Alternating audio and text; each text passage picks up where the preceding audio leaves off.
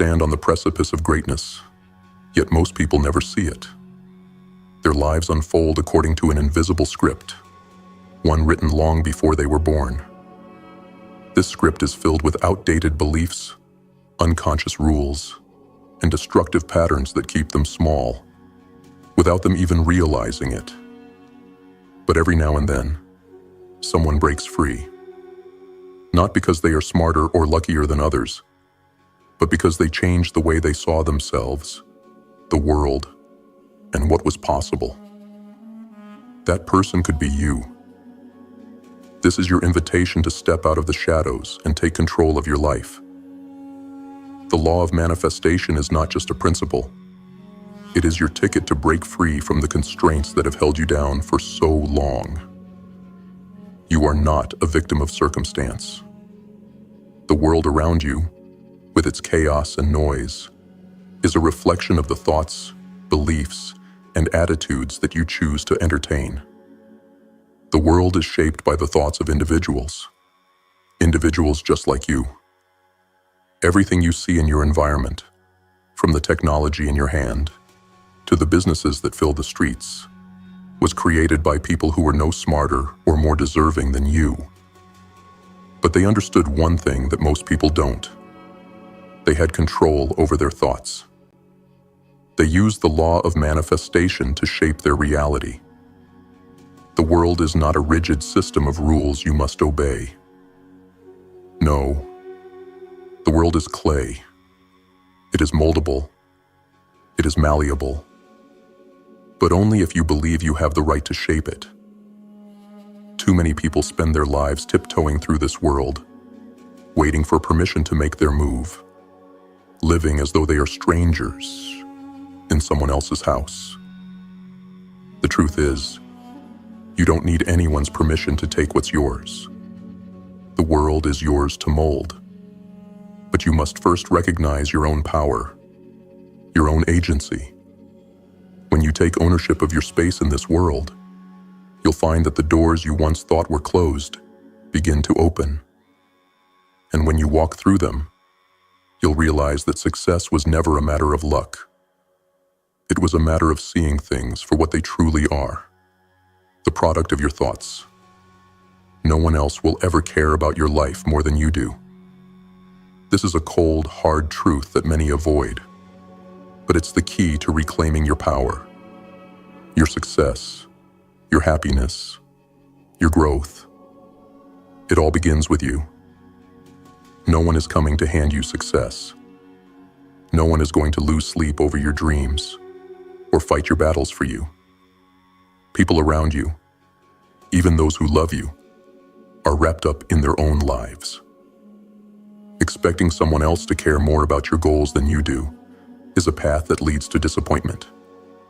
Once you internalize this truth, it is liberating. It means you are in control. It means you are the CEO of your own life. No one else can walk your path, fight your battles, or create your success but you. Stop waiting for external validation, for someone else's approval. You must prioritize yourself, unapologetically. This isn't selfishness, it's self-responsibility. In order to lead a family, a business, or a movement, you must first lead yourself.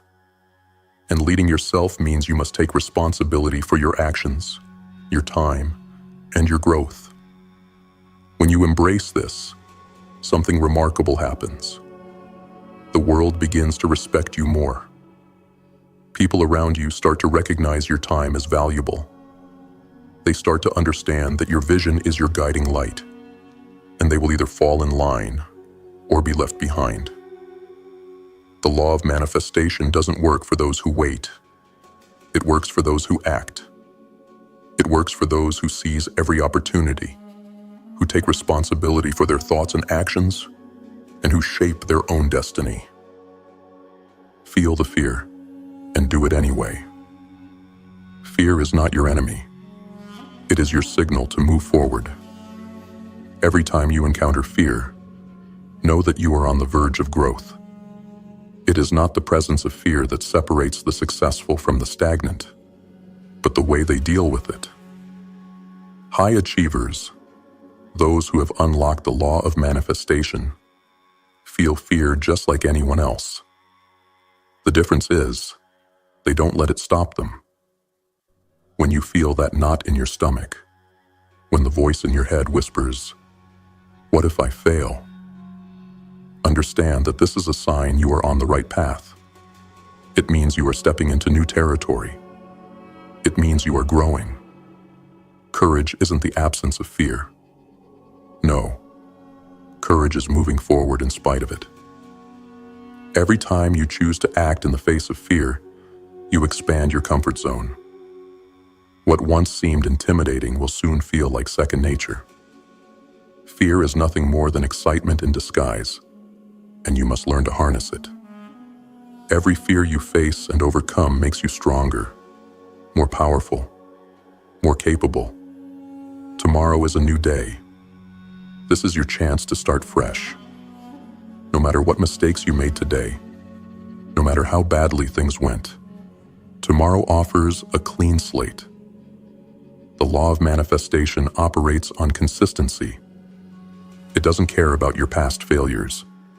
It only cares about your future actions.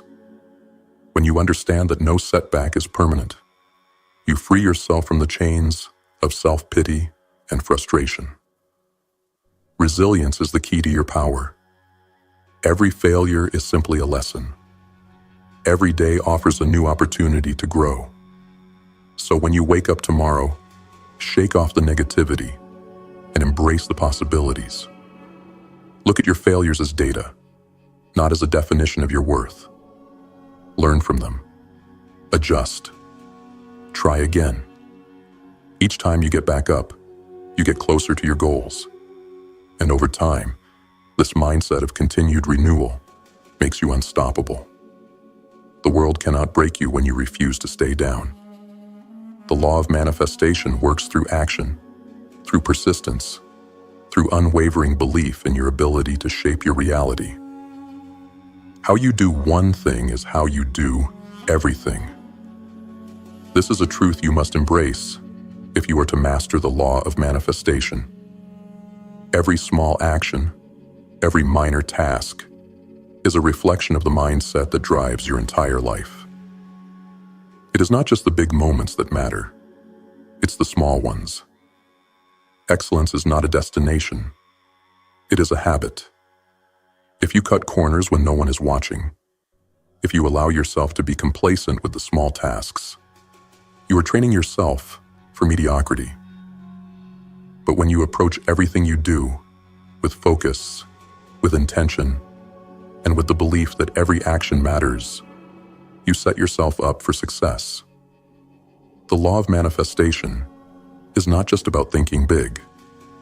It's about being big in every small moment. It's about the integrity with which you approach life.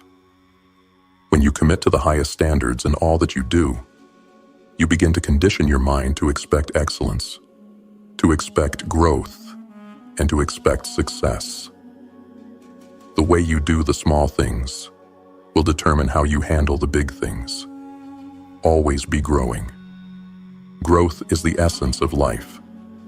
The moment you believe you have learned enough, that you've reached your peak, is the moment your progress begins to stagnate. The most successful people in the world have one thing in common. They never stop growing. They never stop learning. They never stop pushing themselves to new heights. This mindset shift is essential if you are to harness the full power of the law of manifestation. Your abilities are not fixed. They are as malleable as the universe itself. Every failure, every mistake, every setback is simply an opportunity to get better. The law of manifestation rewards those who believe in constant self-improvement. When you see yourself as a work in progress, you open yourself up to unlimited potential. Growth is not linear. It is a constant upward spiral. And when you commit to lifelong learning, to daily improvement, there is no limit to what you can achieve. The abundance mindset is one of the most powerful shifts you can make. Scarcity is a mindset that limits your potential. It tells you there's not enough to go around, that someone else's success diminishes your own. But abundance, true abundance, is knowing that the universe is limitless. There is more than enough to go around. And when you embrace this mindset, you begin to see opportunities where others see scarcity. You stop competing for resources and start collaborating for success. You stop hoarding and start creating. Remember, failure is feedback, not a finale. Every setback, every failure, carries a lesson. Instead of seeing failure as the end, see it as a stepping stone. Every mistake you make gets you closer to the person you were meant to be. The law of manifestation rewards those who learn from their failures, who see them not as roadblocks, but as valuable data. When you stop fearing failure, you free yourself to take the risks necessary for growth. Finally, value your time as the precious resource it is. Time is the one thing you can never get back. The law of manifestation operates in the moments you choose to invest in. If you waste your time, you waste your life. But if you invest your time wisely, focusing on what matters, on what moves you closer to your goals, you align yourself with the very force that shapes the universe. Every moment counts. Treat it as such. The law of manifestation is not about waiting for change. It's about making it. It's about understanding that you have the power to shape your destiny. The universe is waiting for you to step into your power. The world is yours to shape, but only if you believe it. Only if you claim it. The time to start is now. No more excuses. No more waiting. This is your moment. Own it. Lesson 1. Own your life. Own your power. No one will ever care more about your life than you do. The cold truth is this: no one else will fight your battles, chase your dreams, or make your decisions for you. This is not a pessimistic view. It is the key to understanding your true power. For too long, people wait for external circumstances to change, for someone to intervene and make things easier. But nothing changes until you take the reins. This realization is empowering because it reveals that you have complete control over your future. You don't need someone else to validate you, to rescue you, or to fight for your success. You have the power to create the life you want, starting today. Implementation. Take responsibility for your life. Start today by taking control of your actions, your time, and your future. Create a vision for your life that aligns with your deepest desires and commit to it fully. Understand that no one will make your dreams come true but you. The world doesn't owe you anything. Your success is yours to create. It's time to stop waiting for the world to change for you and start changing the world around you. You must begin by making decisions that serve your higher purpose. This means protecting your time, setting clear boundaries, and investing in yourself. Prioritize what matters most to you, and stop apologizing for doing so. You are not here to live according to someone else's script. You are here to write your own. Guard your time like it's your greatest asset. Time is the most precious resource you have. Once it's gone forever. Every moment you waste, every minute you spend on distractions or things that don't serve your higher purpose is a moment lost forever. But when you take charge of your time, you take charge of your life. You cannot pour from an empty cup. If you do not prioritize yourself and your own growth, you will have nothing left to give others. Be ruthless with how you spend your time. Say no to things that do not align with your goals. Set boundaries with others. and protect your vision with unwavering discipline.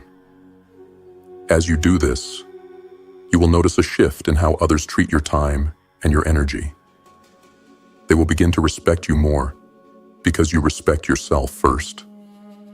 Your time is your life, and when you learn to guard it, you open the door to unlimited potential. Take action without waiting for permission.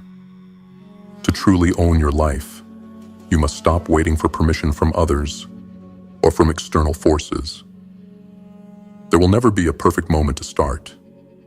You must create the conditions you need through action. Take bold steps toward your goals, even if they scare you, even if you don't have all the answers. Every step you take toward your dreams, no matter how small, brings you closer to the life you've always wanted. The law of manifestation does not reward passive waiting. It rewards action. When you take action, you signal to the universe that you are ready to receive what is meant for you. No one is coming to hand you success. You must create it. So step up, take responsibility, and own every moment of your life.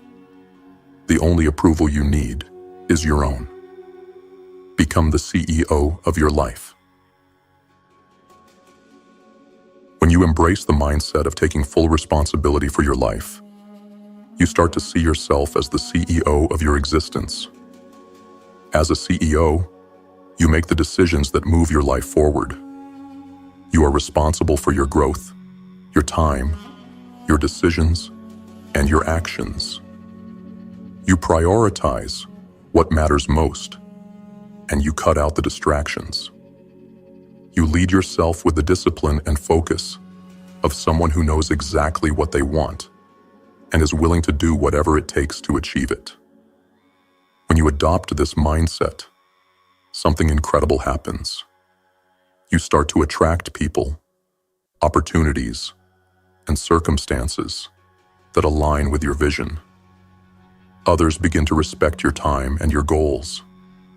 People start treating you with the same seriousness and dedication you have toward your own life. This shift isn't about arrogance. It's about acknowledging the immense power you already hold within yourself.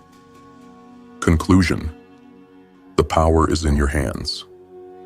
The realization that no one will care more about your life than you do is the first step toward owning your power.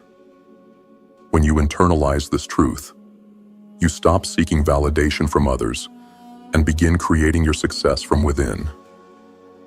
You are the author of your own story, and it is time to take control.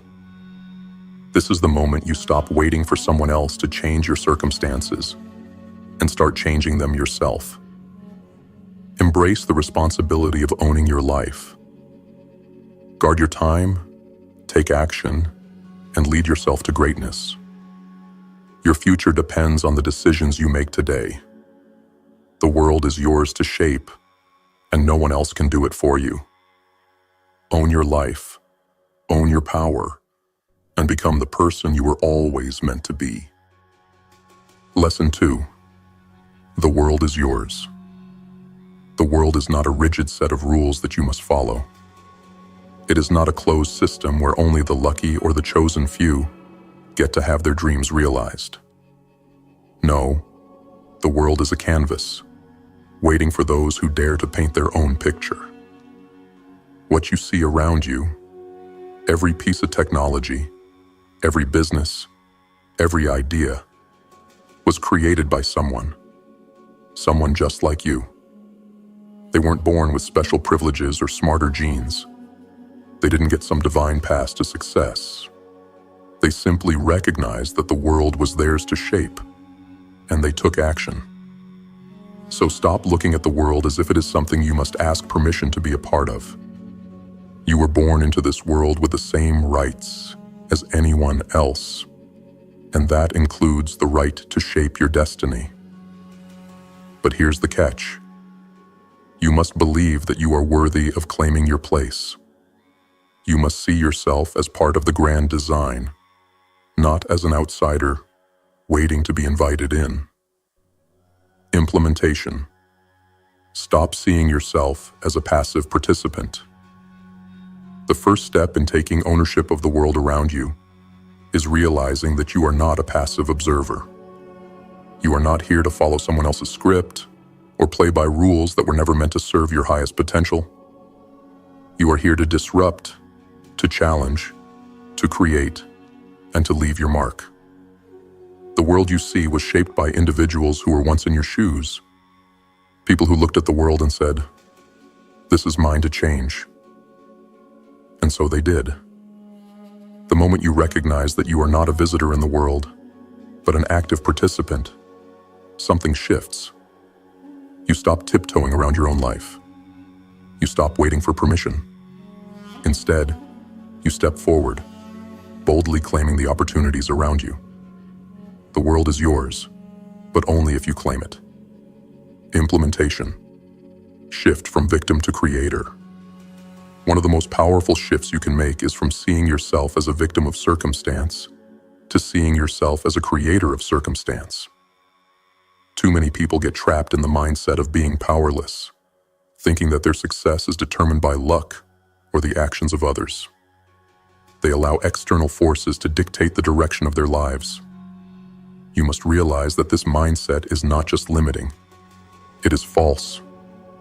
The truth is, you create your circumstances, your thoughts, your beliefs, your actions. These are the forces that shape your reality.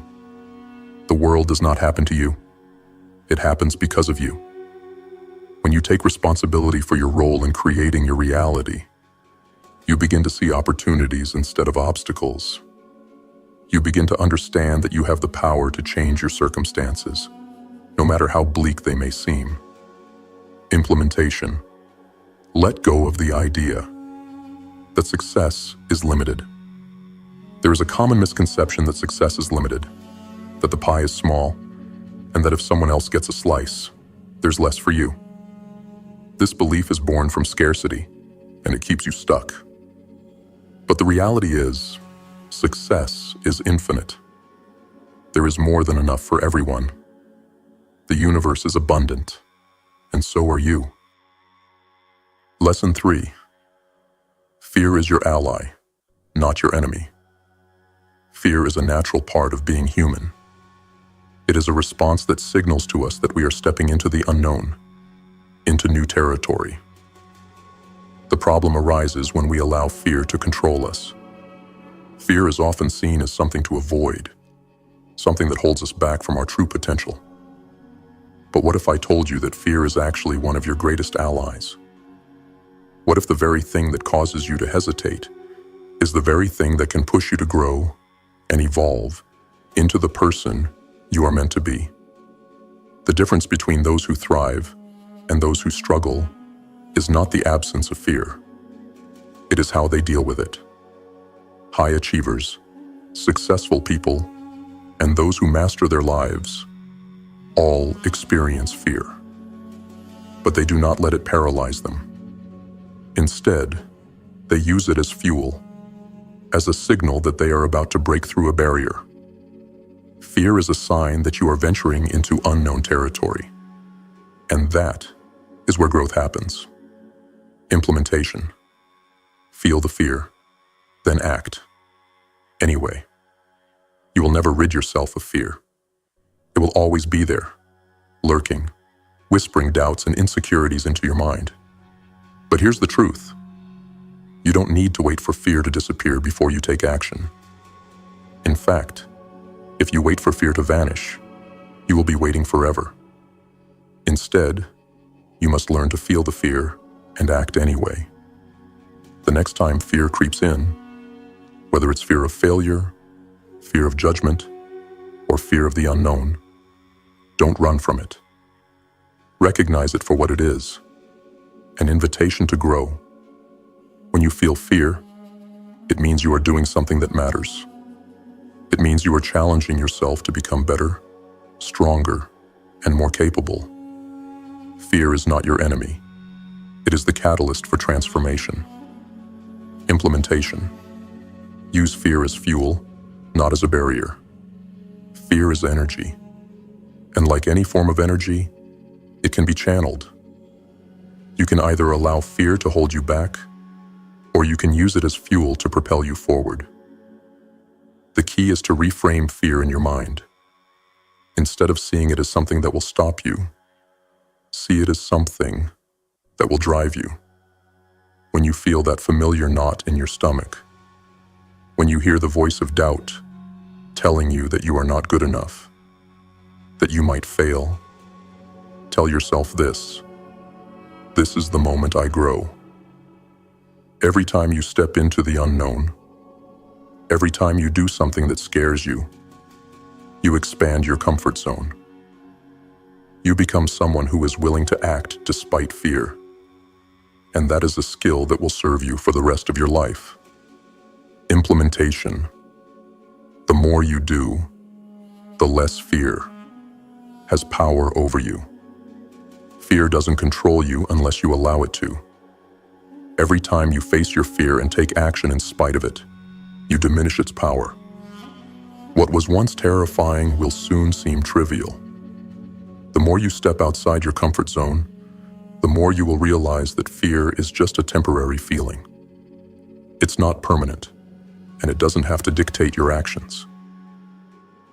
The more you do what scares you, the less fear has a hold over you. What once intimidated you will soon feel like second nature. This is how growth works. This is how you stretch your limits. The only way to weaken fear is to face it head-on.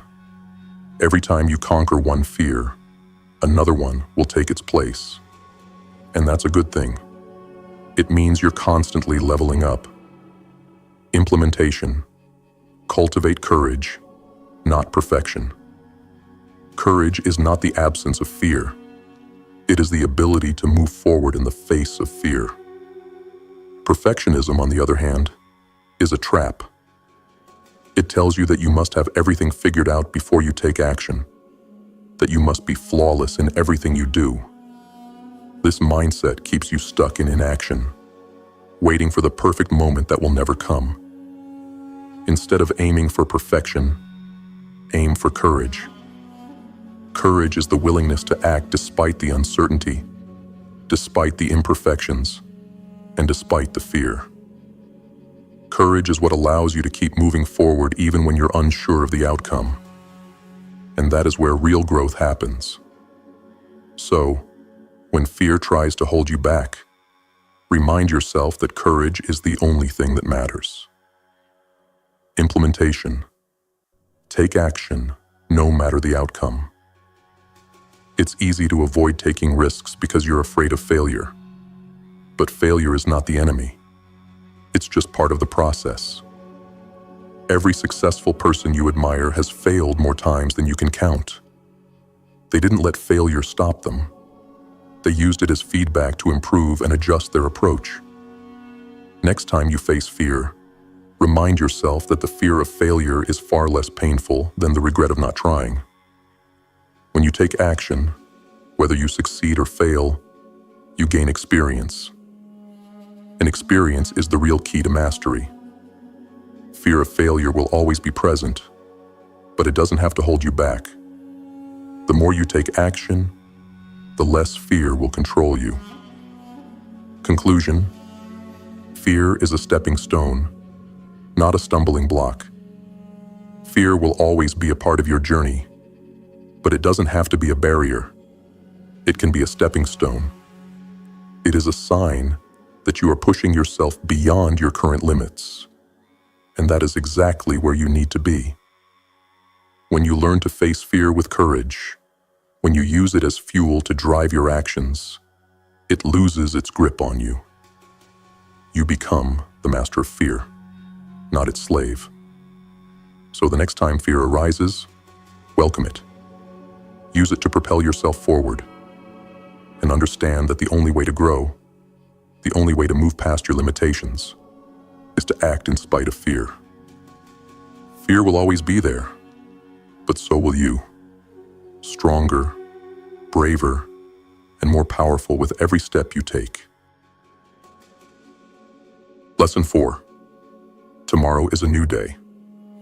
No matter how badly you messed up today, or how hard life hit you, remember this: when the sun rises tomorrow, you have a fresh start. Every setback, every mistake, and every failure is nothing more than a temporary condition. It does not define you, and it certainly doesn't determine your future. One of the most empowering mindset shifts you can make is realizing that no failure is permanent. There is always another chance to rise, to grow, and to improve. Resilience is the key to navigating life's storms. The ability to bounce back after adversity is what separates those who succeed from those who fall by the wayside. It's not about avoiding failure. It's about how quickly you recover from it, how you bounce back stronger, wiser, and more determined. Your way. There's no avoiding that. But the power lies in your ability to start anew, no matter how hard the previous day was. Implementation. Learn from the past, but don't live in it. The first step in adopting this mindset is to stop letting the past dictate your present. It's easy to get caught up in what went wrong, what you could have done differently, how you could have performed better. But here's the truth. Living in the past is a trap. The past is over, and you cannot change it. The only thing you can control is the present and how you choose to move forward. When you make a mistake, don't dwell on it. Reflect on the lessons it has to offer, but do not carry the weight of regret or guilt. Acknowledge the setback, learn from it, and then let it go. The longer you hold on to past failures, the less energy you have to move forward. Tomorrow is a new day, a new opportunity to take a step forward, and that is what you must focus on. Every failure is simply an opportunity to begin again, but this time with more knowledge, more resilience, and more power. Implementation. Cultivate resilience through action. Resilience isn't just about being able to withstand hardship. It's about actively choosing to get up after each fall. It's about continuing to push forward, even when things don't go your way. The key to cultivating resilience is action. The more action you take, the more you realize that failures are just temporary obstacles, not the end of the road.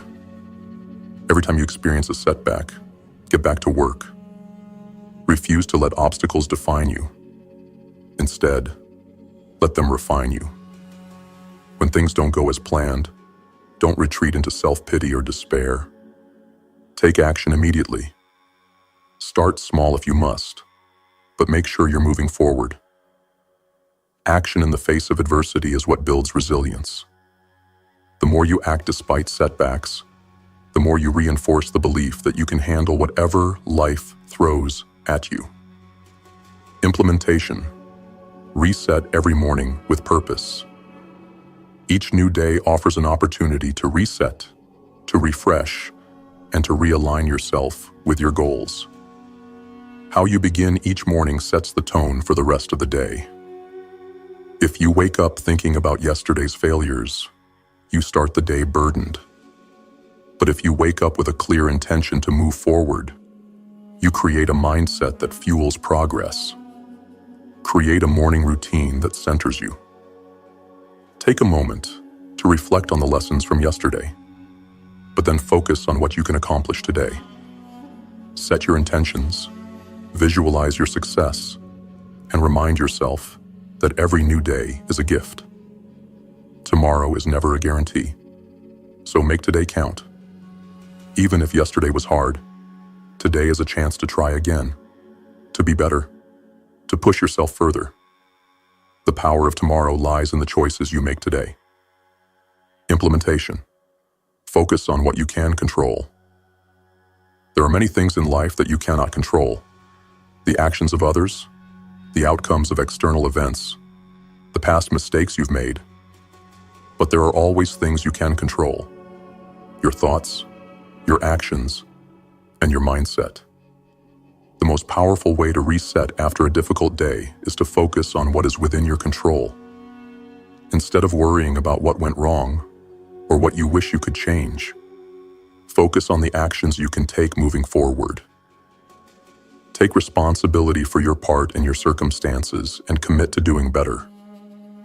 When you focus on what you can control, you regain your power.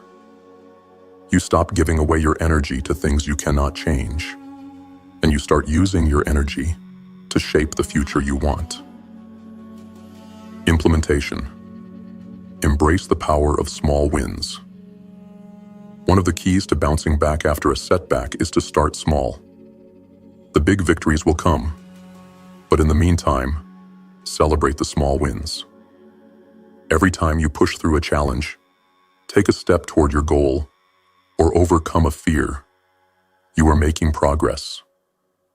Small wins add up over time, and they build momentum.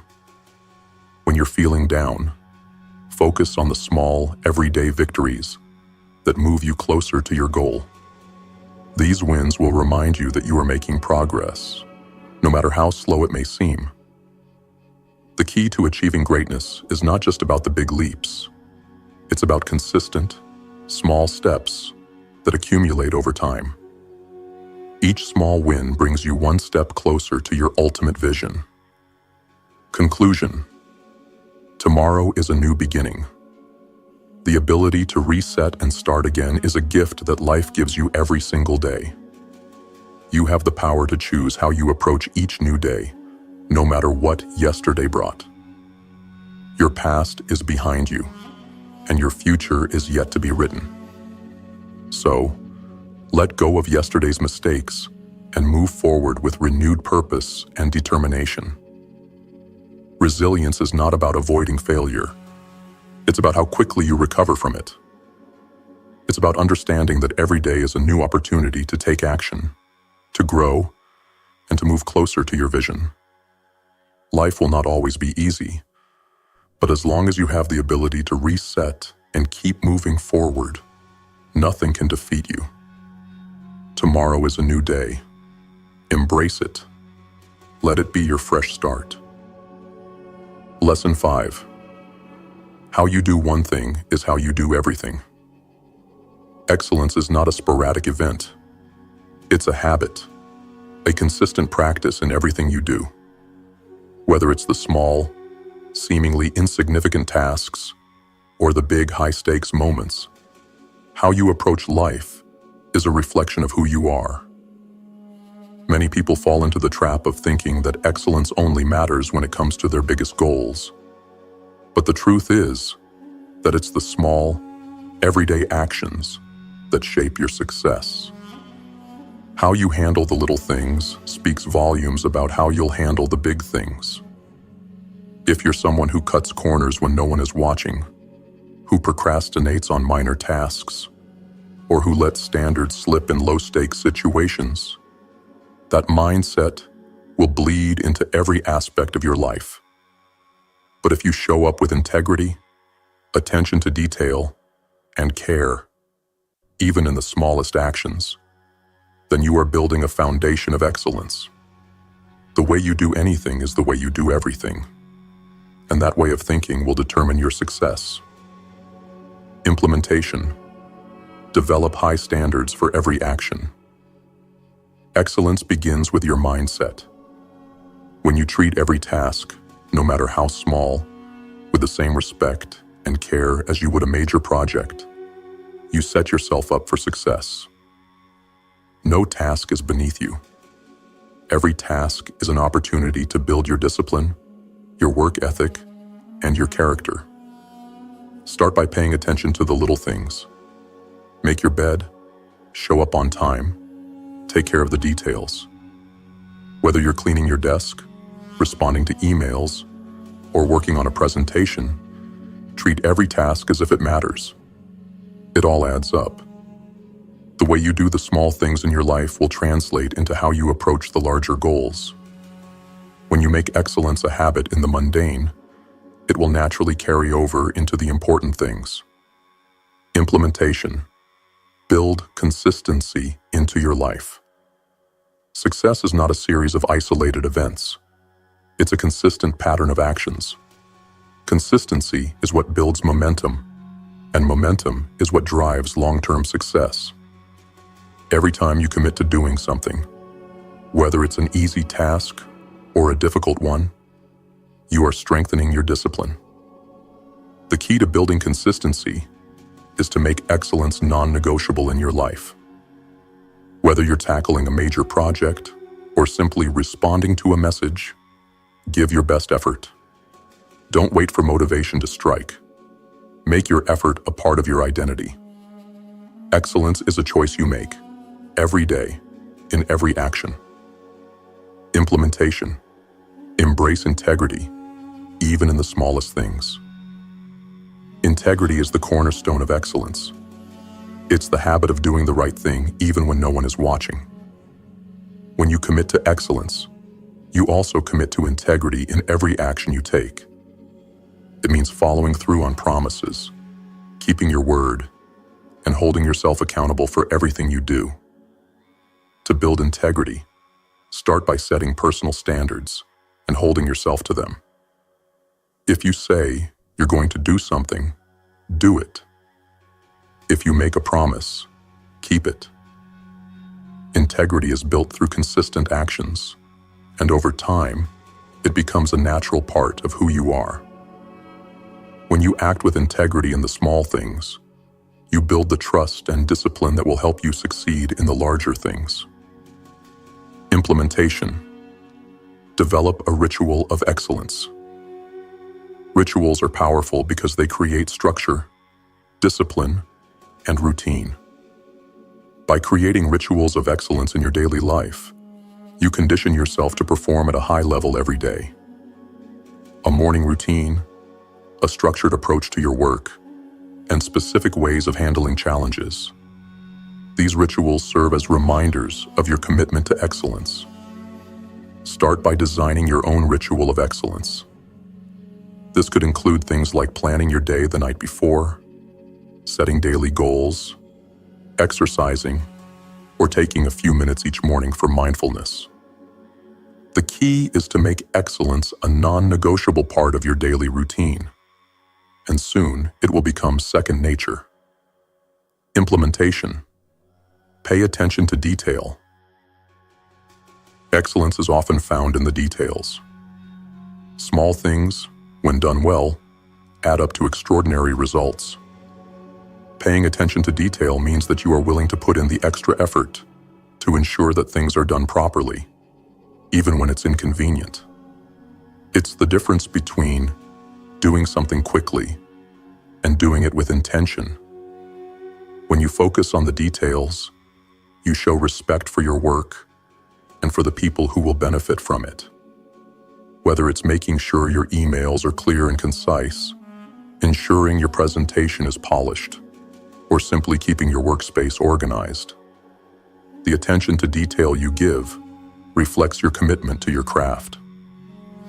Implementation. Excellence is a mindset, not an outcome. Many people associate excellence with the outcome of their work, how successful they are, how much recognition they receive. But true excellence is not about the result. It's about the mindset you carry into each task. It's about focusing on the process, giving your best effort, and holding yourself to a high standard, regardless of the outcome. Shift your focus from the end result to the journey itself. Cultivate a mindset of excellence that values the process over the product. This will help you stay committed to doing your best in every situation, even when things are tough or when the outcome isn't guaranteed. When excellence becomes your mindset, success will naturally follow. Conclusion. Build a life of excellence. Excellence is not something you achieve once and then forget. It's a way of life. It's the consistent pursuit of being the best version of yourself in every action you take. The way you do one thing is how you do everything. If you make excellence a habit, it will become ingrained in everything you do. and the results will speak for themselves. Start today by paying attention to the small details, developing consistency, and embracing integrity. Whether you are at work, in your personal life, or pursuing your goals, treat every task as an opportunity to show excellence. Your life will transform, and your success will be built on the foundation of your daily habits. When excellence becomes a part of your identity, you will achieve things you once thought impossible. To all the returning GrimFace warriors, thank you. Your dedication, your commitment, and your relentless pursuit of greatness are what make this community stronger every day. You've embraced the grind, the discipline, and the power that comes from within. Your journey is an inspiration, and we're just getting started. Keep pushing, keep evolving, and keep striving for the life you were meant to build. And to the new viewers, welcome. You've taken the first step toward transformation. The GrimFace movement is all about embracing your true potential, overcoming the darkness, and stepping into a life of power, purpose, and mastery.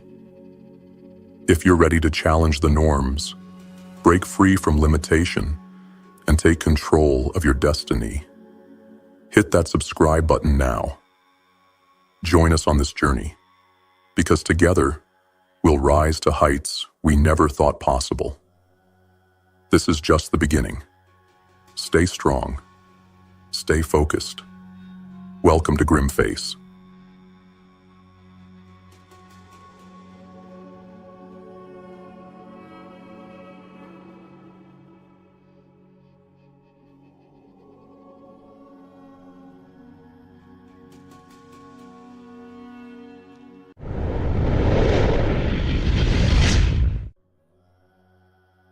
You've been trained to look outward, to blame the world, to see enemies in the faces of strangers, in the system, in the setbacks.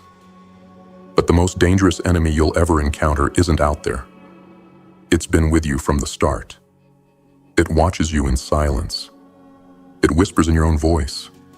It wears your face. You are the battlefield. And self-sabotage is the war. You've told yourself 1,000 lies. I'll start tomorrow. I just need more time. I'm not ready yet. But deep down, you know, these aren't statements. They're weapons. Blades forged in fear, used against your own soul. You dream of rising, of building a life that commands respect, of breaking every chain and walking freely in power. But in the shadows, you are the one tightening the shackles, smiling as you drown, numbing the pain with distractions, choosing comfort over conquest, again and again and again. No, this isn't laziness. This isn't bad luck. This is war, and the enemy has made its home inside you. You wake up every day with two voices in your mind. One is the architect, calm, focused, driven. The other is the saboteur, soft, seductive, familiar. Guess which one you've been feeding? Guess which one you've let build your life? Let me ask you something brutal. Why do you betray yourself? Why do you get in your own way the moment things start to work? Why do you destroy the very thing you claim to want? It's because comfort is your poison, and familiarity is your drug. See, the mind doesn't care about your goals. It cares about patterns, survival. It craves what's known. And if pain is what you've known, then your subconscious will drag you back to it. No matter how much progress you've made, that's why you keep falling. That's why you get close to success, then torch it all. Because some part of you doesn't believe you deserve it. Or worse, doesn't want to find out what happens if you do. Because what happens when there are no more excuses? When you become undeniable? When you're forced to live up to everything you said you could be? You see, The fear of failure is nothing compared to the fear of transformation. Because transformation kills the version of you that you've clung to for so long. And for many, that death is too much to bear. But for us, for the warriors of this movement, that death is the price of freedom. You want out? Then burn the mask. Expose every lie you've told yourself. Rip apart every excuse. And make a vow to never again let the enemy inside win. Self-sabotage isn't just a bad habit.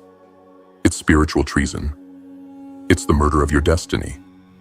And every time you choose fear over discipline, every time you retreat back into comfort, you are choosing extinction over evolution.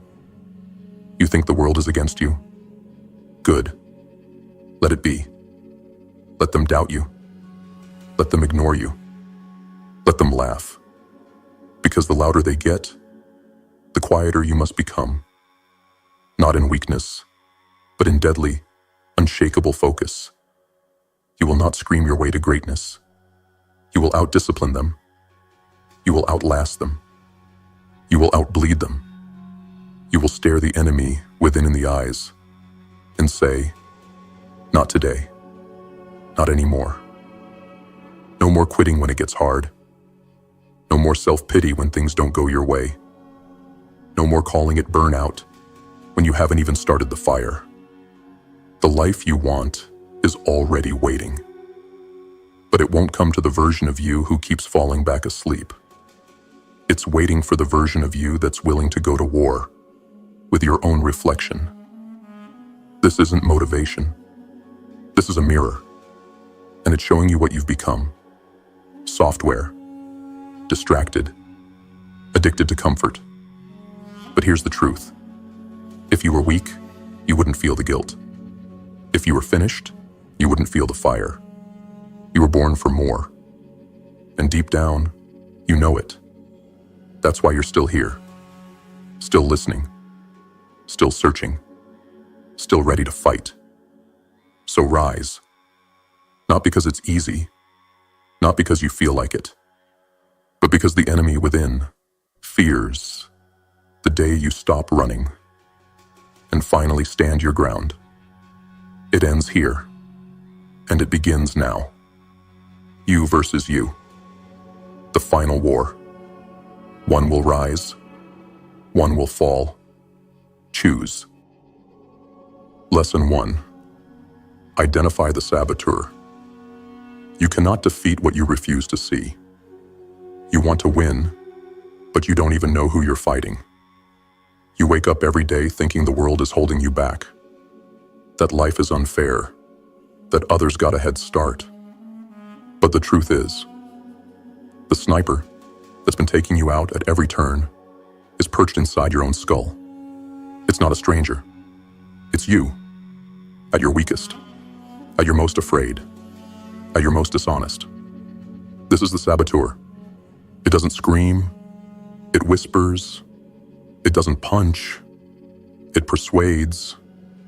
It's the quiet rationalization behind every delay, the false logic behind every distraction, the subtle voice that says, you deserve a break when you've barely earned a start. It's in the phone you scroll instead of the task you ignore. It's in the fake emergencies you create to avoid real commitment. It's in the overthinking you weaponize to kill your momentum. The saboteur is clever because it doesn't need to stop you. It just needs to slow you down long enough to convince you to stop yourself. You think sabotage looks like failure? No. It looks like hesitation, like perfectionism, like self-comfort, like almost doing it. That's why this lesson is non-negotiable. Before you can win the war, you must know exactly how this enemy moves. You must study your own destruction like a blueprint. You must become a forensic detective of your downfall. Implementation. Conduct a self-sabotage audit. This is not journaling for healing. This is reconnaissance. This is hunting your own patterns with ruthless clarity. Step 1. Spot the loop. Look back at the last 3 times you made progress. and then lost it? When did you quit? When did you pull back? When did you take a break that turned into self-abandonment? Step 2. Identify the trigger. Was it fear of judgment? Was it perfectionism? Was it the discomfort of doing something new? Write it down, not in soft language. Write it like a criminal confession. Call it what it is. Own it. Stare at it until the illusion of innocence disappears. Step 3. Watch the behavior. List your top 3 self-sabotage tactics. Be honest. Is it scrolling? Is it sleeping in? Is it jumping from idea to idea, never finishing anything? You must recognize these behaviors like an assassin recognizes their mark. They are not harmless habits. They are self-inflicted wounds, and you've been bleeding out for years without even realizing it. Final truth. If you don't hunt your saboteur, it will hunt you. It will ruin every relationship, corrupt every opportunity, silence every gift, and you'll spend your life haunted by the phantom of potential, always wondering why it never worked out, always blaming something else, when deep down, it was always you, but not anymore. This is where the lies stop. This is where awareness becomes ammunition. Because when you can see the enemy clearly, you can finally raise your weapon without hesitation. You've identified the threat. Now it's time to destroy it. Lesson 2. Break the loyalty to your old self. The version of you that's dying is still trying to breathe.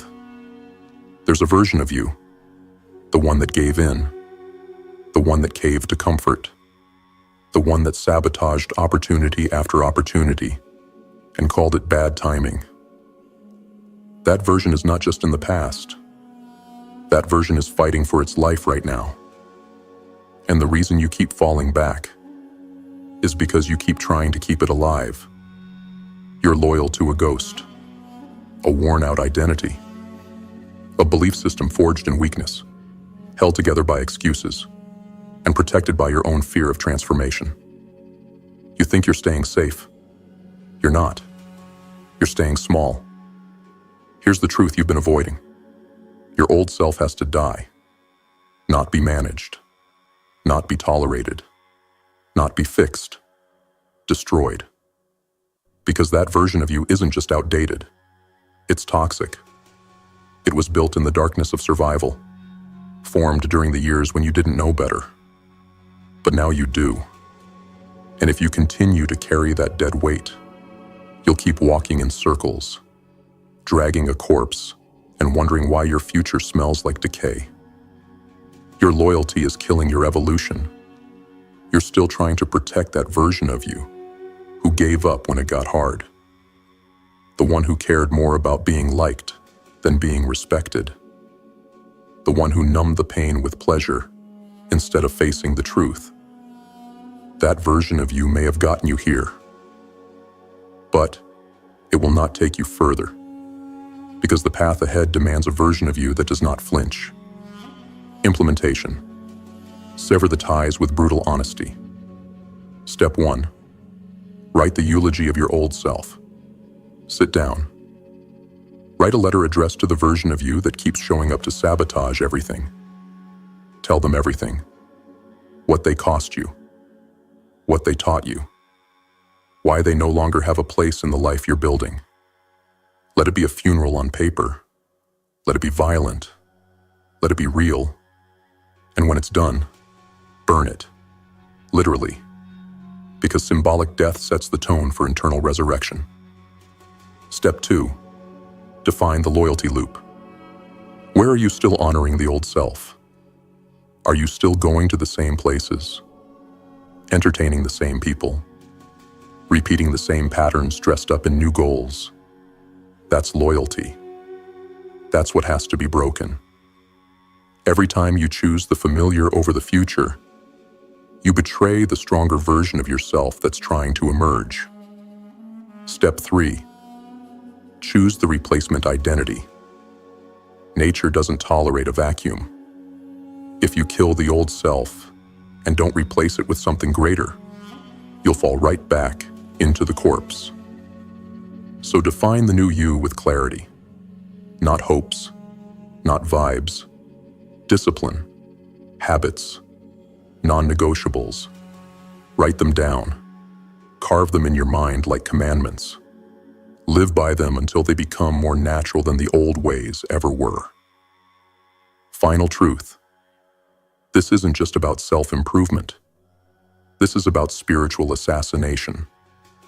About killing off the part of you that was built in fear, so the part of you forged in fire can finally rise. You will never outgrow the old you until you bury them completely. And that means no more visits, no more nostalgia, no more slipping into old ways just because the storm got loud. The old you is not your friend. It is the traitor, the liar, the voice that watches you fall and pretends to be the safety net. You don't need safety. You need rebirth.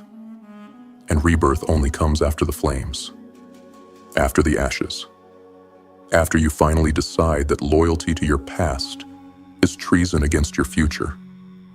So draw the line, say goodbye, then walk away, and never look back. Lesson 3. Discipline is the executioner. You don't rise by motivation, you rise by ritual. The saboteur doesn't fear your ambition. It doesn't fear your dreams, your goals, or the big promises you scream into the void at midnight. It waits, because it knows those things don't last. It knows the motivation will wear off. It knows the hype will fade. And when it does, it returns, calm, smiling, ready to hand you your old habits, with a familiar voice that says, "It's okay. Just start again Monday." This is where most people fall, not because they didn't want it, but because they tried to win a war with emotion instead of execution. No, discipline is not glamorous. It's not exciting. It doesn't care how you feel. Discipline is the executioner. It shows up when you're exhausted. It swings the blade when your hands are shaking. It follows orders when your mind is begging for mercy. Discipline is what finishes what motivation starts. And it does so without applause. Let's be clear. Discipline is not a morning routine. It's not waking up early and drinking lemon water. It's not journaling with your favorite playlist in the background. That's aesthetic. That's comfort, dressed as commitment. Real discipline is war. It's a decision to suffer now, so you never have to beg for scraps later. It's doing what you said you would do, when you least feel like doing it, over and over again, until your life becomes a direct reflection of your standards. Implementation. Build your rituals. Kill the options. Step 1. Pick your anchor. Choose one ritual that represents the death of the old you. Not 10 things. 1. Something hard. Something non-negotiable. Wake up at 4:30 a.m. Cold shower every morning. 90 minutes of deep work before sunrise. Choose the anchor, the cornerstone. Let everything else bend. This one thing cannot break. Step 2. Attach identity to action. You don't do the act because it gets results. You do it because that's who you are now. The undisciplined self waits for energy, emotion, or convenience. The new you follows command. You are a soldier of your own transformation, and soldiers don't negotiate with weakness. Step 3. Build a system of triggers. Your environment must reflect your intent. Alarms labeled with mission statements. Clothes laid out.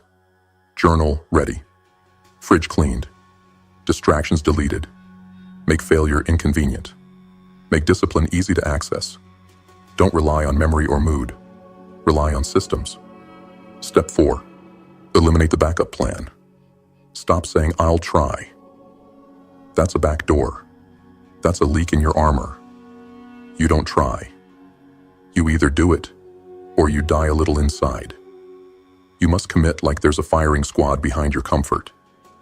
Because in a way, there is. Every time you delay the process, you lose time. You lose confidence. You lose respect for yourself. Final truth. Discipline is not the journey. It's the executioner that clears the path. It cuts down laziness. It kills comfort. It slaughters the past. And it does so with precision and without emotion. You will not feel like doing it. Do it anyway. You will be tired.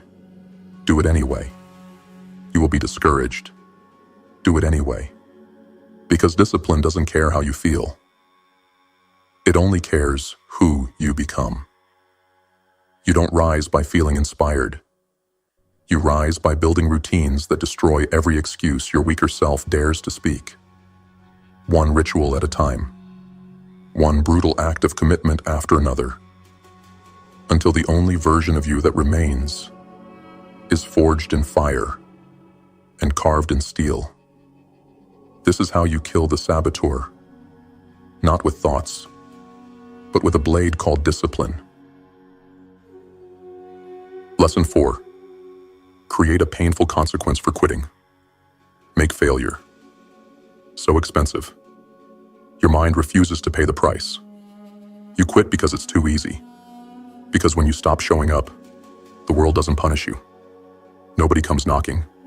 There's no siren, no alarm, no blood on the floor. You quit, and life just moves on. You sit in the silence and convince yourself it didn't matter. That's the lie. That's how the saboteur wins. Not through force, but through the slow, silent rot of zero accountability. If quitting had a cost, you'd think twice. If every broken promise left a scar, you'd be covered in wounds by now. But because there's no immediate punishment, you return to the graveyard of your goals, time and time again, smiling, dead inside. This stops now. You need to make quitting painful, uncomfortable, unforgivable. You need to train your nervous system to recoil at the thought of giving up. Not because it's the right thing to do, but because you've hardwired the consequences so deeply that failure no longer feels like an option. It feels like death. Let's be real. If every time you broke your word, you lost something you loved, you take your commitments more seriously. But because the pain is invisible, because the damage is internal, you brush it off. Pretend it doesn't matter. You laugh it away. But deep down, you feel it. Every unfinished project, every skipped rep, every "I'll do it later." They pile up until the weight of your potential becomes the very thing that drowns you. Implementation. Build a consequence engine. Step 1. Define the non-negotiables. Choose the one thing you must do daily to evolve. Your morning ritual, your fitness discipline, your business action. One thing, non-negotiable. This is the battlefield. Step 2. Set the cost of quitting. Now make a pact, not with your higher self, but with your future. What happens if you break? Donate $100 to a cause you hate? Burn a piece of art that symbolizes your past? Take a cold shower at 3 a.m. with no warm towel? Good. Now raise the stakes. Make it unforgettable. Make your mind fear it. Because fear is not the enemy. It's the leash on your inner coward. Step 3. Use public shame as leverage. Tell someone. Announce it. Create accountability that burns. Go live and tell your audience what you're committing to. Post your goal and the punishment. Now there's blood in the water. Now there's a price. Now your word carries weight. Step 4. Track failure like a predator. Every day you skip your commitment, you pay the price. No skipping the consequence. No delaying it. You follow through on the pain, just like you should have followed through on the promise. This is how you train your subconscious. Quitting equals punishment. Discipline equals peace. Final truth. As long as quitting is easy, you will remain a slave to the weaker version of you. Comfort is a currency, and if you're not willing to pay the price in pain, you'll keep paying in regret. You don't rise by avoiding discomfort. You rise by choosing which pain you want. The pain of discipline, or the pain of watching everything you could have been burn into ash. So choose the consequence. Feel the fear. Let it sharpen your focus. Because when failure becomes expensive, discipline becomes cheap. And that's when the war begins to turn in your favor. Lesson 5. Build a ruthless vision of the future you. Become so clear on who you're becoming that the old you begins to choke. You're drifting. You wake up, move through your day, fall asleep, and repeat. Maybe you have goals. Maybe you have a list. But you don't have a vision. You don't have a crystal clear, skin-burning image of who you are becoming. And that's why the old you keeps pulling you back. Not because it's stronger, but because it's clearer. Here's a hard truth. Your current reality is a reflection of the strongest vision you hold. And for most people, that vision is built by fear, not purpose. By survival, not design. By what's familiar, not what's possible. You're not being held back by the world. You're being held back by your own vague identity. Because if your future self is blurry, your mind defaults to the past. But here's what they never told you. You can create a future so ruthless, so detailed, so obsessively vivid, that it becomes more real than the present. And when that happens, your mind will stop identifying with who you've been and start becoming who you must be. Because the subconscious doesn't follow logic. It follows images. It follows emotion.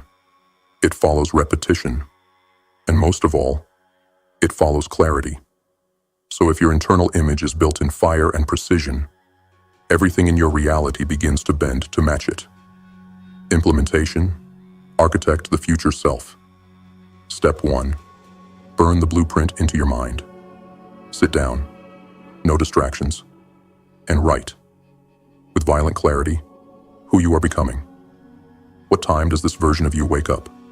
What do they eat? How do they train?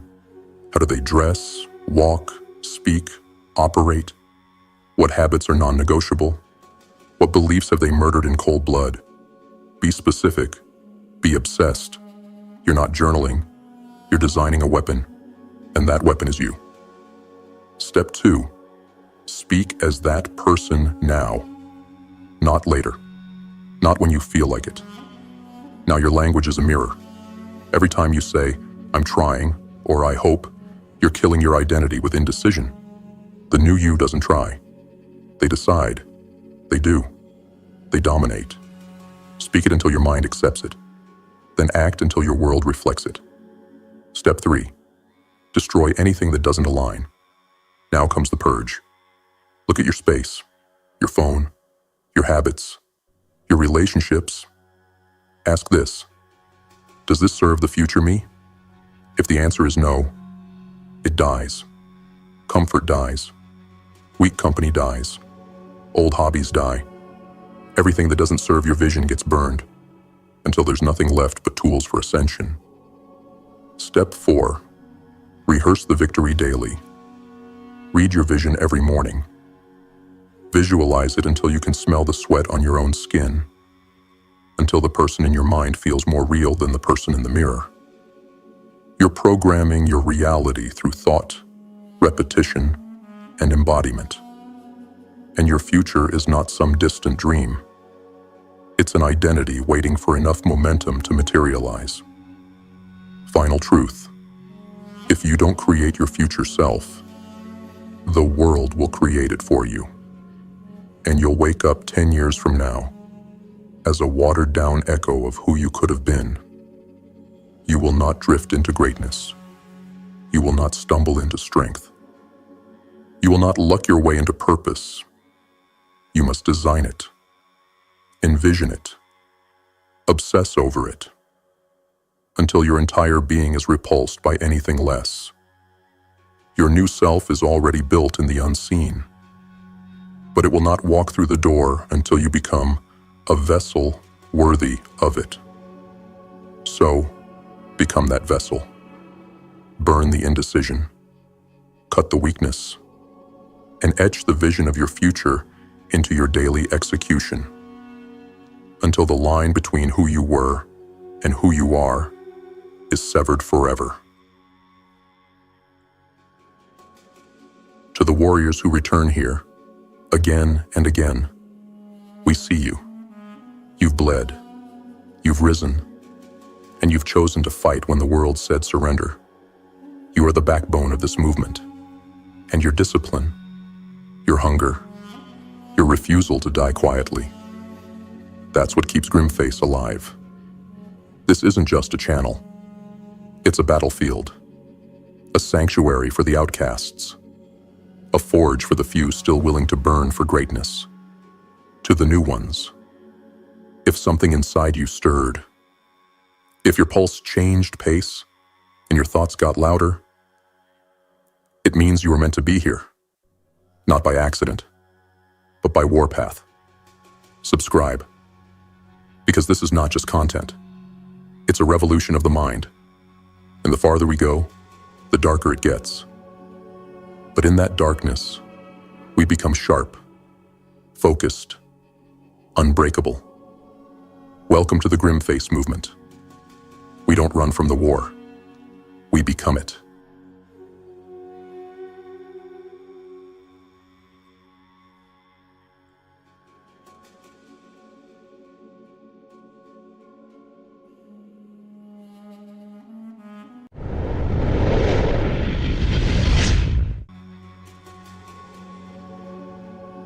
The harsh truth that will change your life forever. Most people will never make it. Not because they're not smart enough, not because they're not talented enough, not even because they weren't given the right opportunities. They fail because they refuse to do what it takes. Right now, you are at a crossroads. Two paths. One leads to greatness, wealth, power, absolute control over your own destiny. The other, the same mediocre, forgettable life most people settle for. And here's the truth you don't want to hear. Your actions are already deciding for you. Every excuse you make, every day you waste, every time you quit when it gets hard, you are choosing failure. But if you're still here, if something inside you refuses to accept being average, then you need to hear this message until the very end. Because today, we're tearing apart every lie you've been told about success. We're exposing the mindset that's keeping you trapped. And by the time this is over, you will either step up or admit to yourself that you never really wanted it. So ask yourself, are you ready to hear the truth? Or will you run back to the comfort of excuses? Watch until the end. Because if you don't, you'll regret it. Lesson 1. The reality check. Where do you stand? Look around you. 100 people, 100 lives, 100 different choices. And out of that 100, only one will become truly rich. 4 will make it to financial independence. They'll have freedom. Freedom from fear, from scarcity, from the weight of the system pressing down on their necks. 15 will grind away, putting in the hours, earning just enough to get by, working until they're too old to enjoy whatever scraps they've managed to save. And the rest, the 80%, they will remain trapped, broke, miserable, bitter. Which one are you? No, really. Which one are you? Don't just brush it off. Don't just say, oh, I'll be the one, without proving it. Because right now, you're not. Right now, you're just like everyone else. staring at a life you don't want, secretly hoping that someday, somehow, things will magically get better. But let me tell you the cold, brutal truth. If you don't do something different, you will end up exactly where the rest of them are. Old, broke, and filled with regret, wondering where the hell your life went. Because it won't happen by accident. The rich don't wake up one day and suddenly have wealth. The free don't stumble into independence. The powerful don't accidentally control the game. They take it. They create it. They demand it. And you're still waiting for something to change. You know you need to wake up earlier. You know you need to cut the distractions. You know you need to start the damn business, read the damn books, build the damn skills. But you don't. Why? Because it's easier to stay the same. Because deep down, you're still part of the 80% that loses. Because you haven't faced the one question that determines everything. Are you willing to do what it takes to be the 1%? Not just wanting it. Everyone wants it. Not just dreaming about it. Dreams are useless without execution. Are you willing to sacrifice for it? Are you willing to become the type of person who earns that kind of life? Or are you just another walking statistic, another casualty of laziness, another name on the endless list of people who almost made it? Because let me tell you something, there's no middle ground. You are or you aren't. You either rise or you rot. You either grind or you stay broke.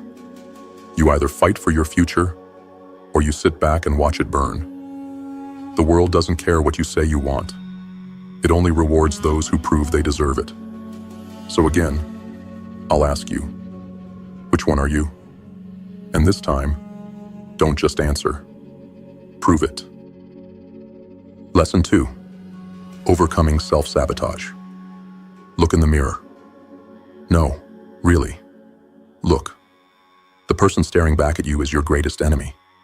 Not your boss. Not the government. Not your parents, your friends, or the economy. It's you. You are the one who knows exactly what needs to be done, but still doesn't do it. You know you should wake up early. You know you should be at the gym. You know you should be reading, learning, building, executing. But you don't. Instead, you waste time. You scroll, you binge, you escape. You lie to yourself. I'll do it tomorrow. I'll start next week. I'm just too tired today. No, you're not tired. You're weak. You have no problem wasting hours on distractions, but you can't carve out 30 minutes to build your future? You say you want success, but your actions say otherwise. And every time you put off what you know needs to be done, you are scamming yourself. Yes, you are the scam. It's not the course you didn't take. It's not the mentor you didn't have. It's not the lack of opportunities. It's you. You tell yourself you'll change, then go right back to doing the same useless things that keep you stuck. You make promises to yourself and break them every single day. So let me ask you, would you trust someone who lied to you every day? No? Then why do you trust yourself? Why should you? Because right now, you are the biggest liar in your own life. You say you want to be rich, but you don't do what it takes. You say you want to be fit, but you don't train like it matters. You say you want to be disciplined, but you cave the moment things get uncomfortable. Why? Because deep down, you think you can keep scamming your way through life. But guess what? Life isn't falling for it. Every skipped workout, every wasted hour, every excuse, it all adds up. You think success will just happen one day? Number, you either build the habits that create success, or you rot in the habits that destroy you. You have a choice. Keep lying to yourself, keep making excuses, and stay exactly where you are. Face the truth, take control, and finally start acting like the person you claim you want to be. Because no one is coming to save you. Not your parents, not your friends, not some magic opportunity. It's you, or it's no one. So ask yourself right now, are you done scamming yourself? Or are you still just another fraud, pretending you want to change, but never doing a damn thing about it? Because if you really want it, you will prove it. Starting now. Lesson 3. Consistency compounds. Let's be real. You think you're doing enough. You think you're grinding. You think you're putting in the work. But you're not. You do it once and think you deserve results. You hit the gym for a week and wonder why you're not ripped. You read one book and wonder why you're not successful. You start one business and wonder why you're not rich. That's the problem. You do just enough to feel like you're working, but not enough to actually win. Because success isn't about intensity, it's about consistency. One day of discipline is nothing. 1 week of hard work is nothing. 1 month of effort is still nothing. It's what you do every single day that builds or destroys your future. Think about it. The people who win aren't always the smartest. They're not the most talented. They're the ones who refuse to stop. They show up on the days they don't feel like it. They push through when motivation is gone. They don't need hype. They don't need inspiration. Because they understand the truth. Discipline is greater than motivation. Motivation is a feeling. It fades. It's weak. Discipline is a habit. It stays. It's unbreakable. But you wake up and decide whether or not you feel like working today. You wait until you're in the mood to grind. You give yourself permission to slack off. And that's why you're losing. Because the people who win don't make success optional. They don't negotiate with laziness. They don't ask, do I feel like doing this today? They just do it. And day by day, their consistency compounds. 1 day becomes a week. A week becomes a month. A month becomes a year. And before they know it, they've built an empire while you're still talking about what you're going to do.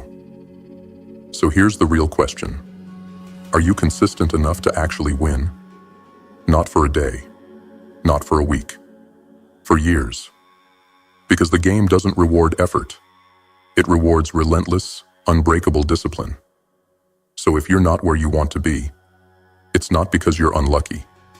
It's because you're inconsistent. And until you fix that, you will never win. So stop waiting. Stop starting and stopping. Decide that from this moment on, you will never break the chain again. Because the second you become truly consistent, nothing in this world can stop you.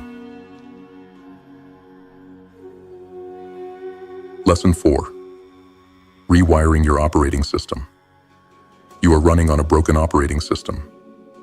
Your mind, your thoughts, your beliefs, your habits are outdated, weak, and filled with limitations that were programmed into you before you even knew what life was about. And if you don't rewrite that code, you will stay exactly where you are. Broke, unmotivated, trapped. But let me make one thing crystal clear. You are not a victim of your circumstances. You are a victim of your own mind. And until you take control of that mind, nothing in your life will change. Look at your life right now. Look at the way you think, the way you react, the way you approach challenges. If you're struggling, if you're stuck, if you keep running into the same failures over and over, it's not the world that's the problem. It's you. You are running outdated mental software. You have been programmed to fear risk. You have been programmed to avoid discomfort. You have been programmed to stay average. Why do you think the masses live in mediocrity? Because they never reprogram themselves. They keep thinking like broke people. They keep making weak decisions. They keep following the herd. And then they wonder why nothing changes. But the winners? They rewire their minds. They uninstall the weak programming that was forced into them and rewrite their code. They install a mindset of domination. They install a mindset of resilience. They install a mindset of absolute control. And that is why they rise while everyone else stays the same. But you're still thinking like the 80% who lose. You still believe success is about luck. You still think discipline is optional. You still expect life to just happen to you instead of creating your own reality. And that is why you are stuck. But here's the truth. Circumstances are not created by chance. They're created by people. And if you are not in control of your circumstances, it's because someone else is. You have two choices. Stay programmed, keep running on the same weak system, and accept whatever life throws at you. Rewrite your operating system. Install new beliefs, new habits, and new disciplines that force your life to change. Because your mind is either your greatest weapon or your deadliest enemy. And the only way to win is to break the old code and build a new one. So ask yourself, are you finally ready to reprogram your mind for success? Or are you going to keep running on the same broken system until it's too late to change? Lesson 5. The power of environment and relationships. Look around you. The people you spend time with. The conversations you have. The energy that surrounds you every single day. That is your future. Not your dreams. Not your potential. Not what you say you're going to do. Your environment dictates everything. And if you are surrounded by mediocrity, by laziness, by people who make excuses, then you are already losing. Because no matter how strong you think you are, you cannot outwork a toxic environment. You are not special enough to rise while you are drowning in negativity. You think you can be successful while hanging out with people who do nothing? You think you can be rich while taking advice from people who are broke? You think you can be disciplined while surrounding yourself with weakness? Impossible. Because whether you realize it or not, your environment is shaping you every single day. It is feeding your mind. And if your mind is constantly exposed to failure, weakness, and excuses, guess what? That becomes you. So let me ask you something. Who do you spend time with? Do they inspire you? Do they push you? Do they hold you accountable? Or are they just as lost as you are? Because if your circle is full of losers, you will be the next one. And if your circle is full of winners, you will rise with them. That is the law of environment. You either choose it intentionally, or it chooses you by default. So if you want to change your life, start here. Audit your relationships. If they don't make you better, cut them off. If they don't push you forward, walk away.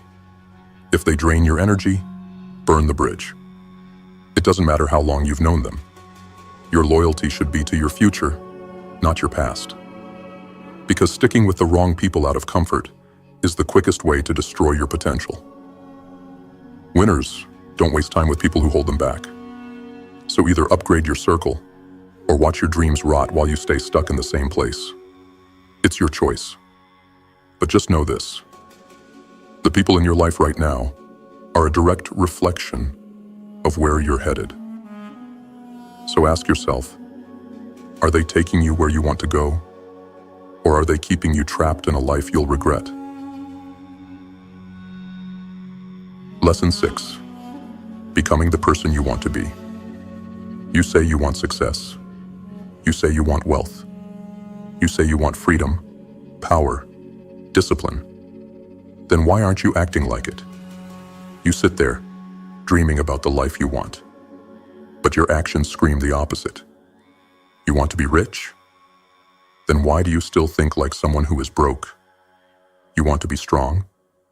Then why do you still move like someone who is weak? You want to be successful? Then why do you still act like someone who is lost? The world doesn't give you what you want. It gives you who you are. And right now, you are not the person who deserves the life you say you want. If you were, you'd already have it. So let me ask you, when you wake up in the morning, do you move like someone who is winning? Do you speak like someone who is powerful? Do you carry yourself like someone who is in control of their own life? Or are you just another person who talks about change, but never actually does it?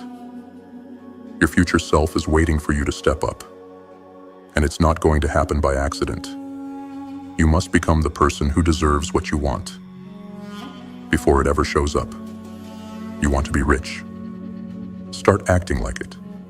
Start thinking strategically. Start working like it matters. Start moving with purpose. You want to be disciplined? Start acting like it. Stop making excuses. Stop waiting for motivation. Stop giving yourself permission to be weak. You want to be respected? Start acting like it. Start speaking with confidence. Start making bold moves. Start demanding more from yourself. You can't keep saying you want something while living the same way you always have. Your life will never outgrow your identity. So if you want to change your life, you don't wait for the results to come first. You change yourself first, and the results will follow. So ask yourself, are you truly becoming the person who deserves the life you want? Or are you just another dreamer, waiting for success to magically show up? Because I'll tell you right now, it never will. You either become that person now, or you never will be. The choice is yours. Lesson 7. The reciprocity principle. Give before you take. You want success. You want wealth, power, respect. You want people to open doors for you, to help you, to recognize your worth. But here's the problem. You give nothing. You walk around expecting the world to hand you opportunities, to hand you money, to hand you respect. But what have you done to deserve it? What value have you brought to the table? What have you built that makes people want to invest in you? What have you contributed that makes success an inevitable return? Nothing in this world is free. Nothing is given without exchange. Everything is earned. And the reason most people fail is because they move through life with an entitled mindset, thinking they deserve rewards before they've put in the work. But that's not how the world works. You want to be rich? Provide value, solve problems, learn skills, build something that matters. You want a strong network? Be valuable to others.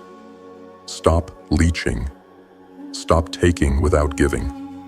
Start offering something that makes people want to keep you around. You want respect? Earn it. Not through words, but through your actions, through your consistency, through what you bring to the table that others can't ignore. Look at the most successful people in the world. They didn't start by demanding things. They started by offering things. They provided solutions. They created impact. They became indispensable. And because of that, the rewards came naturally. But most of you take, and then wonder why no one wants to help you. You complain about your lack of success, but you've never given anything worthy of success. You are not owed anything. You are not special. You are not unique. You are just another person until you prove otherwise. And the only way to prove your worth, the only way to get what you want, is to give first. Give effort. Give discipline. Give value to the world without expecting instant rewards. Because when you do that, when you make yourself valuable, the world will have no choice but to reward you. So ask yourself, what have you given that justifies what you expect?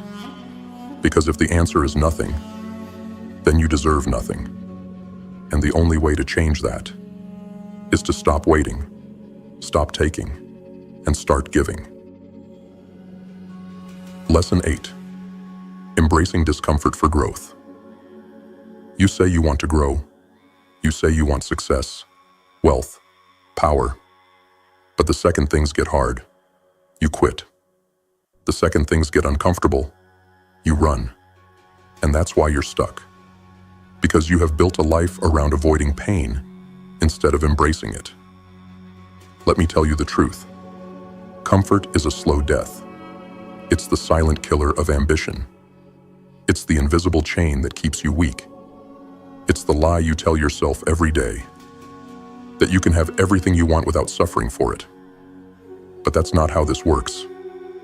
Every level of success demands a new level of pain. You want to be strong? You must endure the pain of training. You want to be rich?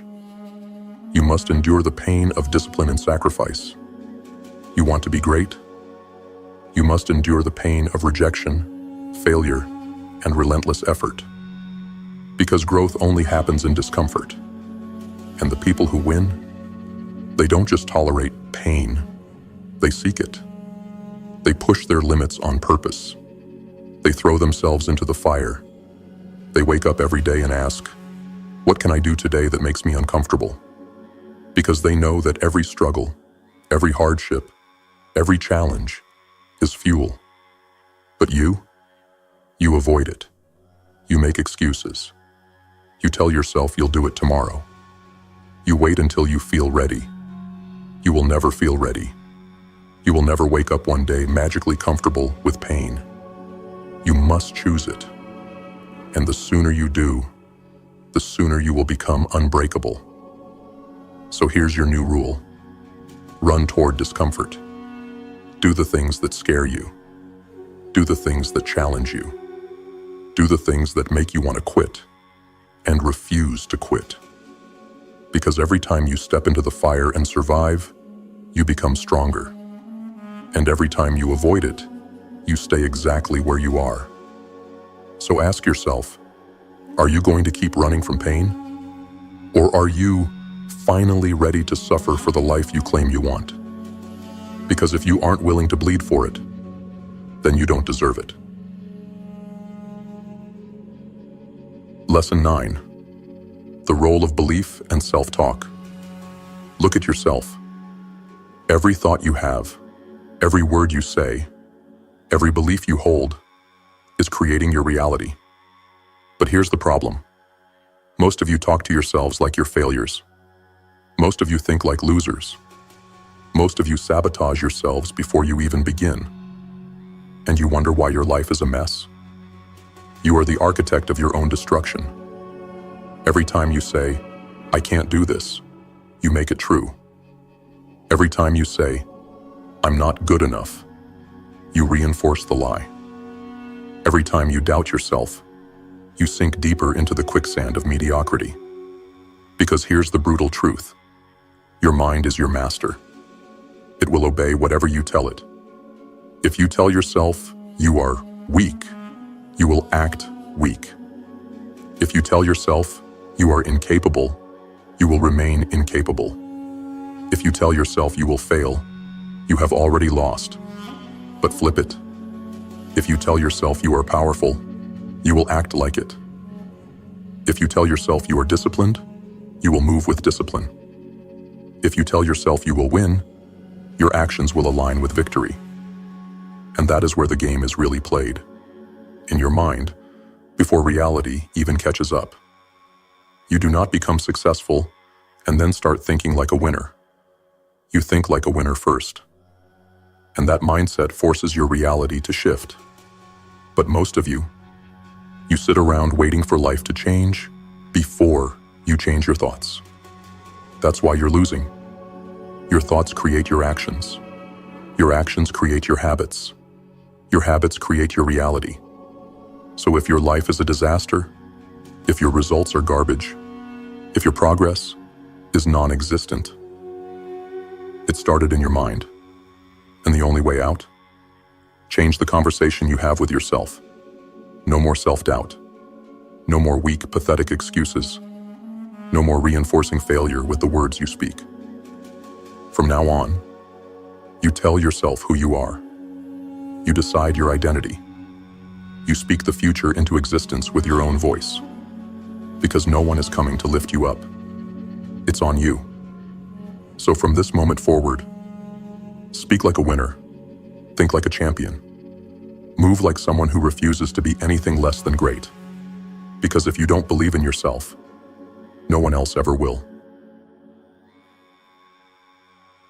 Lesson 10. relentless execution, and reflection. Here's the final truth. The difference between winners and losers isn't talent. It isn't intelligence. It isn't luck. It's execution. Relentless, disciplined, unapologetic execution. The winners don't sit around talking about what they're going to do. They don't wait for motivation. They don't hesitate. They move. Every single day. No breaks. No excuses. No second guessing. Because they understand the secret. Success is just consistent execution, stacked over time. Most of you start and stop. You make plans, but never follow through. You get excited for a week, then burn out. You grind when it's easy, but disappear when it gets hard. That's why you lose. Because greatness isn't built in bursts of effort. It's built in watching. It's built in the hours when no one cares. It's built in the moments where most people quit, and the few who refuse to quit rise to the top.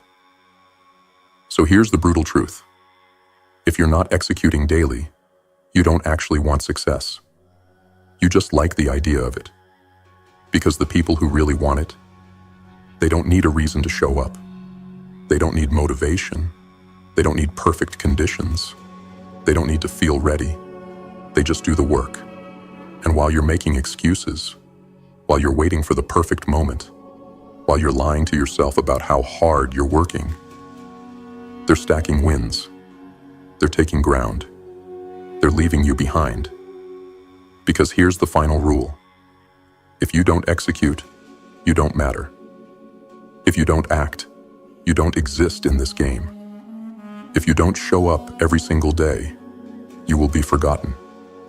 And the worst part, one day, you will wake up and realize you wasted your entire life waiting instead of doing. So let me ask you one last time. Are you actually going to do something with your life? Or are you just another dreamer, talking about what could have been? Because time is running out. Execute, or be nothing.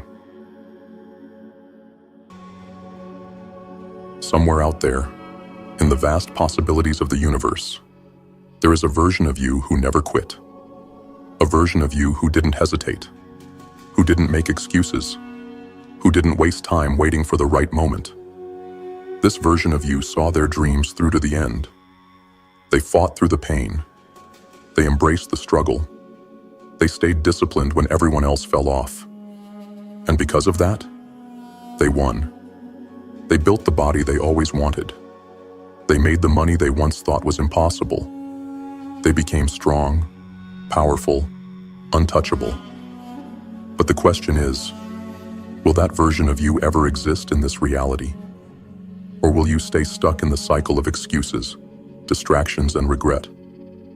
Every decision you make, every moment you hesitate, pulls you further away from the version of yourself that you were born to become.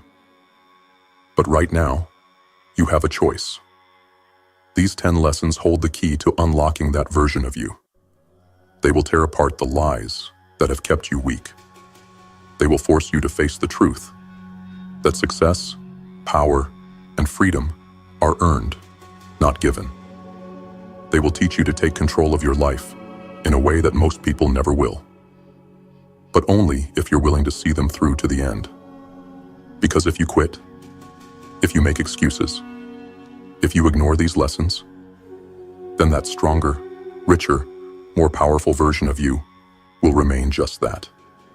A dream, a ghost, a version of yourself you'll never meet. So what will you do? Will you step up and become that person?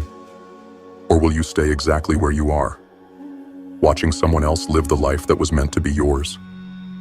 Decide now. Because the only difference between the two versions of you is what you choose to do next. Lesson 1. The law that governs everything. Listen carefully. Everything you do, every thought, every action, every decision will come back to you.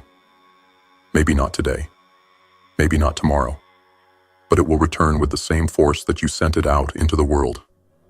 This is not a belief. This is not wishful thinking. This is law, Newton's third law, the law of cause and effect. For every action, there is an equal and opposite reaction. You want freedom? You want wealth? You want power? Then understand this. You will pay for it. Nothing in this world is free. There is a cost for everything you desire, and that cost must be paid in full, upfront, and with interest. You cannot cheat this law. You cannot trick it. You cannot escape it. If you put in half-hearted effort, life will give you half-hearted rewards. If you surround yourself with losers, you will become one. If you fill your mind with distractions, numbing yourself with cheap entertainment and meaningless indulgence, you will reap the consequences: weakness, regret, mediocrity. And here's the hard truth most people will never accept. You are not a victim. Look around at your life right now. Your body, your bank account, your mind, your relationships, everything you have or don't have is because of the seeds you planted. You either sowed discipline, work, and sacrifice, or you sowed laziness, excuses, and comfort. Most people will never accept this because it means they have to take responsibility. They would rather blame the system, their past, their circumstances, their genetics, their upbringing, anything but the one thing that actually determines their future: themselves. But if you understand this law, truly understand it, then you hold the keys to your own destiny. Because now, nothing is random. You don't have to sit around waiting for success to find you. You don't have to hope, pray, or wish for a better life. You can create it. You can force it into existence. The only question is, what are you willing to pay? Are you willing to sacrifice comfort for discipline? Are you willing to embrace struggle, knowing it is the down payment on success? Are you willing to earn your power, or will you continue to wish for it? The weak will turn away from this truth. They will retreat to their excuses, their distractions, their addictions. But those who are willing to suffer now will be the ones who reap the rewards later. The choice is yours. But make no mistake, life will only give you what you have earned. So what are you putting in? Lesson 2. The price of progress is pain. You want to be great? Then prepare to suffer. Because there is no success without sacrifice, no progress without pain, no evolution without destruction. Look around you. Everyone wants to win, but no one wants to bleed. Everyone wants the reward, but they run from the work. They want wealth, but they fear the grind. They want strength, but they avoid the struggle. They want power, but they refuse the pain that forges it. But here's the truth no one wants to hear. Pain is not your enemy. It is the gatekeeper to everything you desire. Every empire was built on suffering. Every champion was carved from struggle. Every success story is written in blood, sweat, and the nights where no one sees you clawing your way forward when every fiber of your being tells you to quit. Most people will never get there. Do you know why? Because they shy away when the pain comes. They retreat when the struggle appears. They see hardship and fold. They don't understand that this is the process. This is the price. You want to be successful? Then you must be willing to endure what the weak cannot. The weak chase comfort, and comfort is a slow death. It rots you from the inside. It makes you soft. It makes you weak. It makes you afraid. But pain is the forge. Pain is where the real work is done. When your body aches, when your mind screams, when everything inside of you begs to stop, that is where transformation happens. That is the breaking point where the weak surrender and the strong are born. Do not run from this. Run toward it. Because every moment of pain you embrace is a down payment on your future. The pain of sacrifice, or the pain of regret. That is your only choice. One will make you unstoppable. The other will haunt you until your dying breath. So ask yourself, which pain are you willing to live with?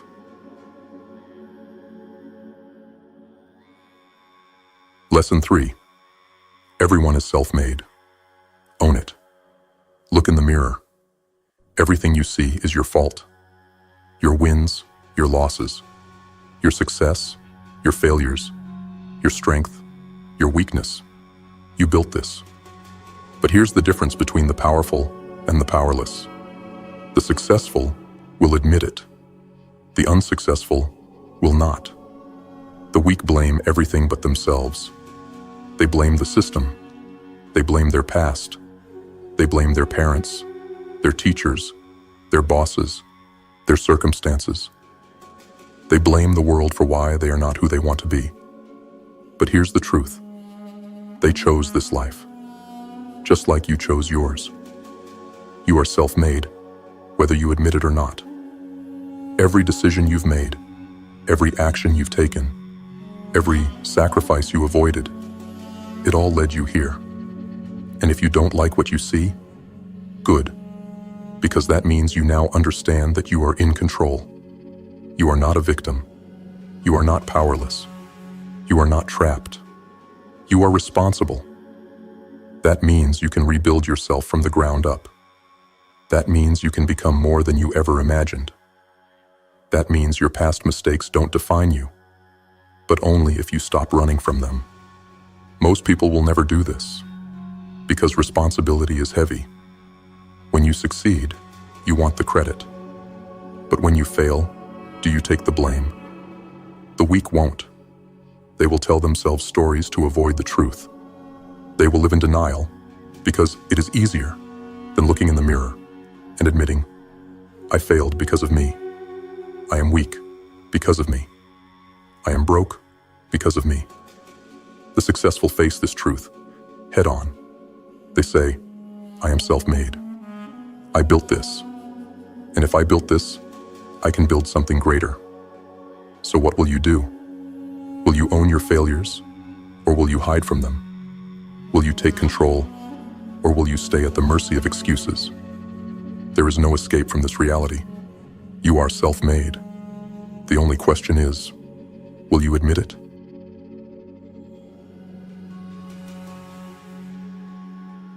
Lesson 4. Choose your pain. Discipline or regret. Pain is inevitable. No matter how fast you run, no matter how well you hide, pain will find you. But here's the truth most people don't understand. You get to choose your pain. There are only two types: the pain of discipline or the pain of regret. One lasts for a moment. The other lasts for a lifetime. Discipline is waking up early when your body begs for more sleep. Discipline is putting in the work when no one is watching. Discipline is choosing the hard path when the easy road is right there, waiting for you to fold. And yes, discipline hurts. It's uncomfortable. It burns. But regret? Regret is a slow, agonizing death. It lingers. It festers. It haunts you in the quiet moments when there's no one left to blame. Regret is looking back and realizing you had the chance, and you let it slip. Regret is knowing you could have been more, but you chose comfort instead. Regret is standing at the edge of your life, knowing you wasted it. And the worst part? You can't go back. Every choice you make is a step toward one pain or the other. Every time you avoid discipline, you make a down payment on regret. The weak will tell themselves they have time, that they'll start tomorrow, that they'll change someday. But tomorrow turns into next week. Next week turns into next year. Next year turns into never. And before they know it, regret has taken root, and it never lets go. But you have a choice. Right now. You can suffer today and be free tomorrow.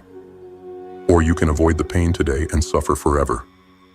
The pain of discipline or the pain of regret. Choose wisely.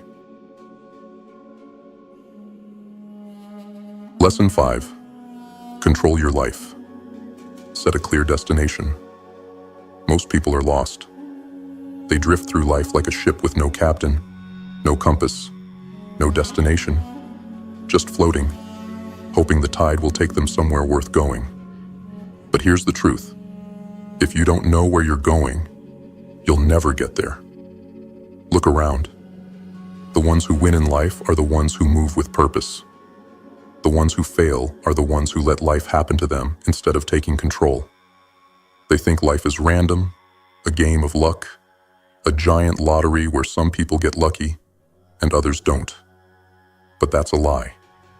Success isn't an accident. Wealth isn't an accident. Strength isn't an accident. It's the result of setting a clear destination and marching toward it with relentless, unwavering focus. Most people never do this. They don't set goals. They don't define what they want. They just exist, waking up, going through the motions, living the same day over and over again, hoping that somehow, someday, things will change. But life doesn't change on its own. You change it. So ask yourself, what do you want? Not what someone else wants for you. Not what society says you should want. What do you want? Where are you going? Are you just moving? Or are you moving with intention? Is what you're doing right now leading you to the future you want? Or are you wasting time? Because time, energy, and attention, those are your only real assets. If you waste them, you lose. If you focus them, you win. The world doesn't reward those who wander. It rewards those who take control. So stop floating. Stop waiting. Stop hoping. Pick a destination. Lock onto it. And move forward like your life depends on it. Because it does. Lesson 6. The power of solving big problems. The world pays you in direct proportion to the size of the problems you solve. This is why the man flipping burgers makes pennies, while the man building rockets makes billions. It's not about working hard. It's about working smart, solving the right problems.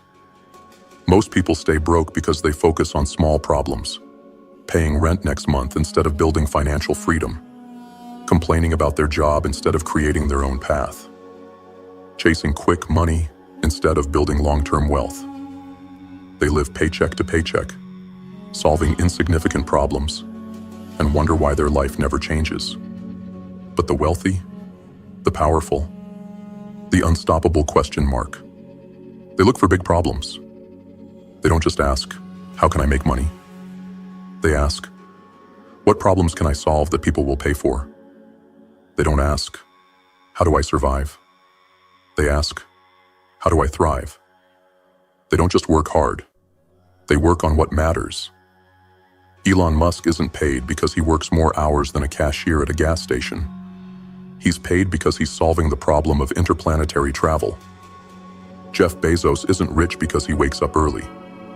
He's rich because he solved the problem of global e-commerce. If you solve bigger problems, you get bigger rewards. So ask yourself, what problems are you solving? Are they big enough to change your life? Are they big enough to change the world? The market doesn't care about effort. It cares about value. You want to be successful? You want to be rich? Stop thinking small. Find a bigger problem. Solve it better than anyone else. And watch how fast your life changes. Lesson 7. Work for it. Nothing is free. Listen carefully. No one is coming to save you. No handouts. No shortcuts. No magic formula. Everything you want. Success, power, freedom. You must earn it. But here's the problem. Most people don't want to work for it. They want the rewards without the sacrifice. They want the success without the struggle. They think life is supposed to be easy. Who told you that? Who fed you that lie? Life does not care about your feelings. The universe does not hand out participation trophies. The world will break you down and leave you behind if you are weak, lazy, or unprepared. You want power? Work for it. You want freedom? Work for it. You want success? Earn it. Luck is a fairy tale. Hard work? That's reality. People love to say, it's all about luck. Number luck is just probability weighted in favor of those who work the hardest. The more effort you put in, the more disciplined you are, the more relentless you become, the more opportunities seem to magically appear. But it's not magic. It's cause and effect. You create your own luck. Most people will never understand this. They will keep waiting, hoping, wishing, while the ones who grind are out there taking what they want. So ask yourself, are you waiting for life to give you something? Or are you going to take it? Are you sitting back, hoping for a break? Or are you creating your own opportunities? Are you complaining about your circumstances? Or are you changing them? This world belongs to those who put in the work. So stop looking for an easy way. There is none. There is only effort. There is only grit. There is only work. Pay the price, earn your power, or stay weak. Lesson 8. Trust yourself. Start with small wins. You don't trust yourself. That's why you hesitate. That's why you second-guess every decision. That's why every time you set a goal, you quit before you even get started. Deep down, you don't believe in your own word. Why? Because you've spent years breaking promises to yourself. You said you'd wake up early, then you hit snooze. You said you'd get in shape, then you skipped the gym. You said you'd start that business, then you made another excuse. And now, you don't believe a single thing you say. But here's the truth. No one is coming to save you. No one is going to hand you confidence. No one is going to build discipline for you. If you want to trust yourself, you have to earn it, brick by brick. Start small. Wake up when you say you will. Read one page when you say you will. Do one workout when you say you will. Eat one healthy meal when you say you will. Every time you follow through, you prove to yourself that your word means something. Every small win is another brick in the foundation of your self-trust. And before you know it, you've built an unshakable mindset. Most people will never do this. They'll keep making promises they don't keep. They'll keep lying to themselves. And they'll wonder why they never get anywhere in life. But you will be different. Because now you know the truth. If you can't trust yourself, how can you expect the world to?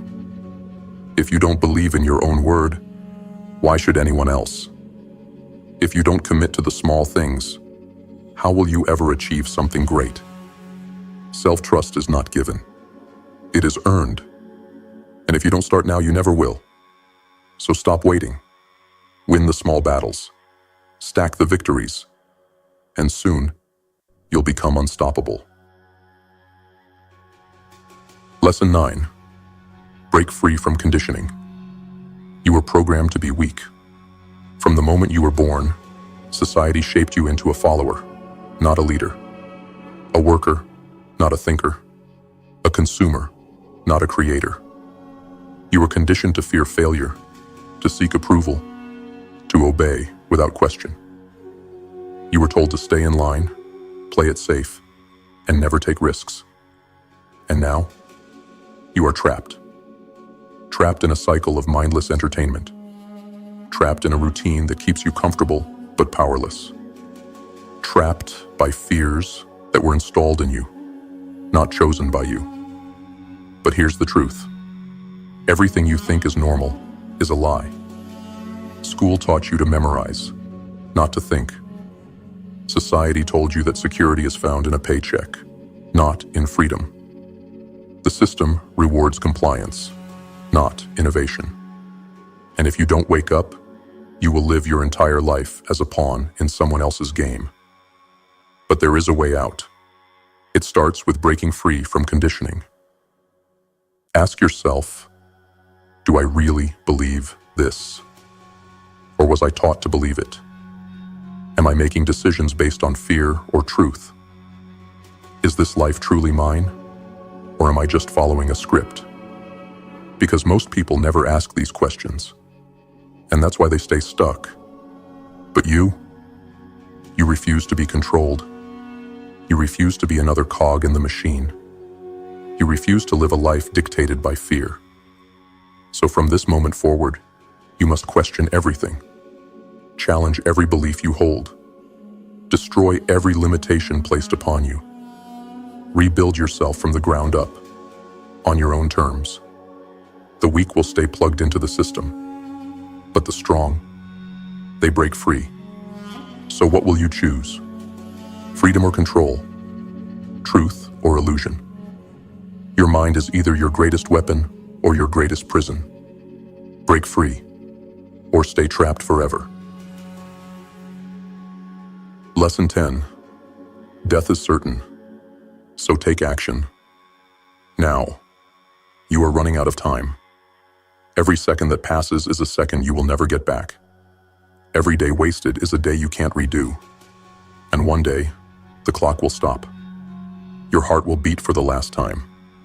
And whatever you did, or didn't do, will be the final story of your life. There are no second chances. Yet most people live like they have forever. They move through life like it's a rehearsal, like they can just start tomorrow. They waste time on meaningless distractions, as if time is something they can afford to lose. But here's the truth. You don't have time. Every dream you delay, every goal you put off, every action you avoid, it all leads to one thing: regret. And regret is the heaviest burden a person can carry. Regret will whisper to you in your final moments. You could have been more. You could have tried harder. You could have taken the risk, but you didn't. And by then, it's too late. You will never get another chance to chase that dream. You will never get another chance to build something great. You will never get another chance to live fully, because your time is up.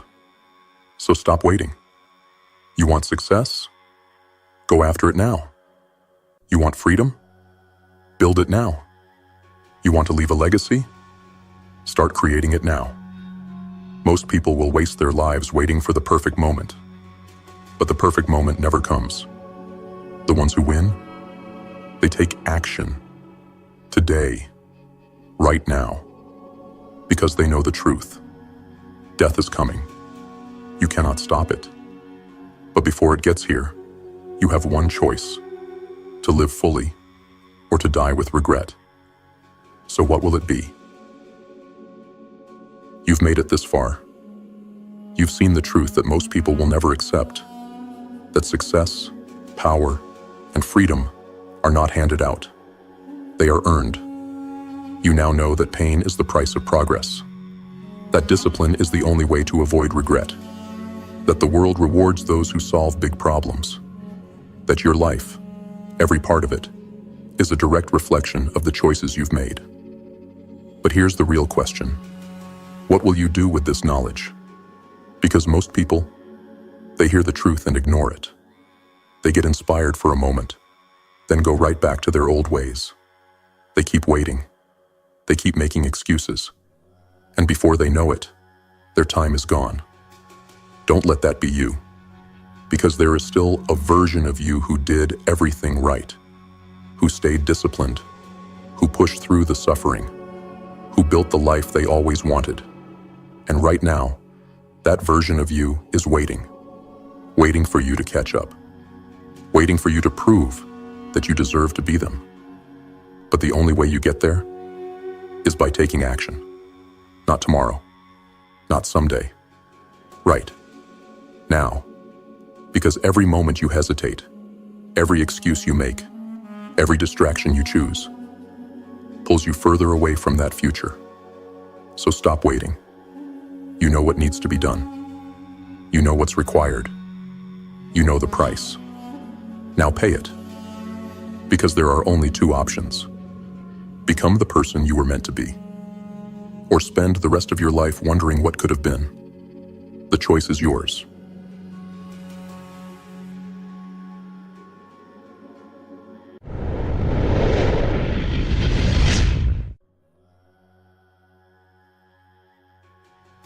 You are standing on the edge of your existence, staring into the abyss of possibility, knowing that within you lies the power to alter everything. Every second that passes, every thought you entertain, you shape the world around you. But here is the truth that most will never acknowledge. Most people live their lives bound by invisible chains. They drift through each day, tossed about by the currents of their circumstances, victims of their own negative thinking. And most tragically, they have no idea that they are the creators of their own suffering. But not you. You are different. You are not here to live like the masses, caged by fear, doubt, and weakness. You are here to rise. You are here to break free. You are here to manifest a life of power, of purpose, of unshakable certainty. And to do this, you must master the law of growth, the law of attraction, the law of manifestation. Lesson 1. Your thoughts shape your reality. Understand this. Your thoughts are not mere fleeting things. They are the very fabric of your existence. Every thought you have sends ripples through the universe, shaping the world you see. The things you think about, day in and day out, grow into your reality. Your inner world reflects your outer world. If you are consumed with thoughts of fear, doubt, and limitation, these will be the building blocks of your existence. You will see scarcity, hardship, and struggle. The law of attraction is inescapable. What you think about is what you attract. But here's the secret. You hold the power to change your thoughts. You are not a passive participant in your life. You are the creator. You must choose your thoughts wisely. Feed your mind with the thoughts of power, of courage, of confidence. When the darkness of fear creeps in, replace it with thoughts of strength. When doubt takes hold, replace it with certainty. You have the power to reshape your world by reshaping your mind. And to do this, you must consistently remind yourself who you are. Whole, perfect, strong, powerful, loving, harmonious, and happy. These are not just empty words. They are the essence of your being. Let these words become the foundation upon which you build your life. Lesson 2. The power of affirmation. Words are not just words. They are the tools with which you carve your reality. When you repeat an affirmation, you are sending a powerful message to the universe, to yourself, to every cell in your body. These words are not merely suggestions. They are commands. When you affirm something, you make it true. Affirmations are the blueprint for your future. They are the foundation of your character. Think about it. What are you affirming to yourself every day? Are you telling yourself that you are weak, that you are incapable, that you will never succeed? Or are you affirming your power, your potential, your ability to rise above any challenge that comes your way? If you are timid, if you are insecure, if you are constantly worried or anxious, your life will reflect those thoughts. But if you choose to affirm courage, strength, and confidence, your life will change in ways you cannot yet imagine. The power of affirmation lies in its consistency. You must repeat these words day in and day out until they become your reality. Every time you say them, you are reinforcing the very character you wish to embody. And in time, that character will emerge, unstoppable, unwavering, and unbreakable. Lesson 3. Substitution of thought. Here is a universal law that cannot be denied. Two things cannot occupy the same space at the same time. If you are filled with fear, you cannot simultaneously be filled with courage. If you are consumed by doubt, You cannot simultaneously hold faith. You cannot experience both limitation and abundance at the same time. The mind is a battlefield, and only one force can dominate at any given moment. So, the task is simple. You must choose what fills your mind. If you want to banish fear, you must replace it with courage. If you want to erase scarcity, you must replace it with abundance. The way to fight darkness is with light. The way to fight cold is with heat. The way to overcome evil is with good. You must decide what kind of person you want to be. You must decide what kind of life you want to live. And then, you must make the conscious choice to think only the thoughts that align with that life. This is not a one-time decision. This is a daily, hourly, moment-to-moment choice. Every time a negative thought enters your mind, you must replace it with a positive one. Lesson 4. Health, wealth, and love are within your reach. Understand this. Health, wealth, and love are not far-off dreams. They are not things that you must chase, that you must beg the universe for. No. These things are already within you. They are already a part of who you are. Your health is not separate from you. It is a reflection of your thoughts. If you believe you are strong, whole, and perfect, then your body will reflect that belief. Your body is not just flesh and bone. It is spirit, made manifest. And the moment you realize that, the moment you embrace the truth that you are whole, that you are perfect, that you are healthy, your body will follow suit. The same goes for wealth. The world is filled with abundance, but it will not come to those who are blind to it. It will not come to those who believe that scarcity is the way of the world. You must choose to see abundance. You must choose to see the opportunities that surround you, even in the midst of struggle. You must affirm that wealth is already yours, that prosperity is your birthright. And in doing so, you will align yourself with the forces that bring wealth into your life. Love, too, is not something you chase. It is something you become. The more love you give, the more love you will receive. But to give love, you must first fill yourself with it. You must become a magnet for love. When you are filled with love, you will attract love. And when you live in love, your life will be filled with joy, with connection, with harmony. Lesson 5. Visualization, the art of creation. The mind is the master architect of your life. Everything that exists in the physical world was once a thought in someone's mind. If you want to create something, you must first see it. This is the power of visualization. When you can see it in your mind's eye, when you can feel it, when you can live it in your imagination, it will eventually come to pass in your physical reality. Visualization is not daydreaming. It is creation. It is the act of seeing something in your mind with such clarity and intensity that it begins to take shape in the world around you.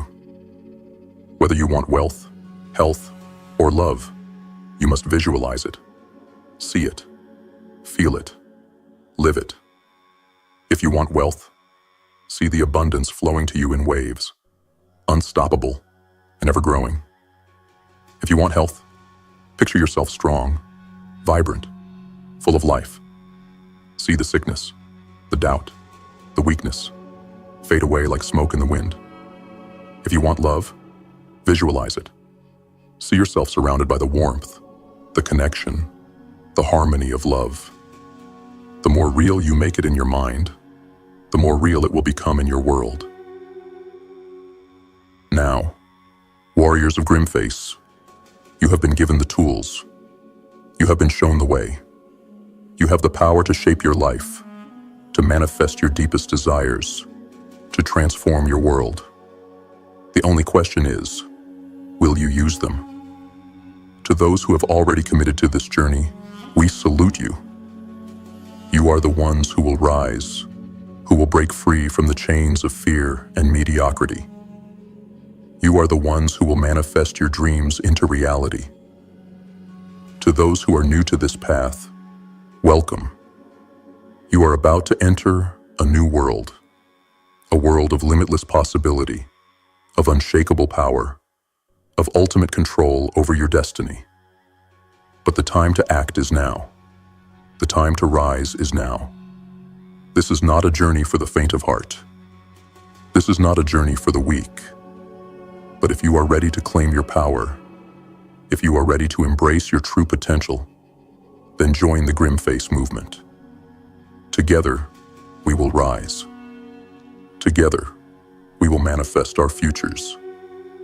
And together, we will reshape the world. Subscribe, and let us walk this path of power and transformation together. The time is now.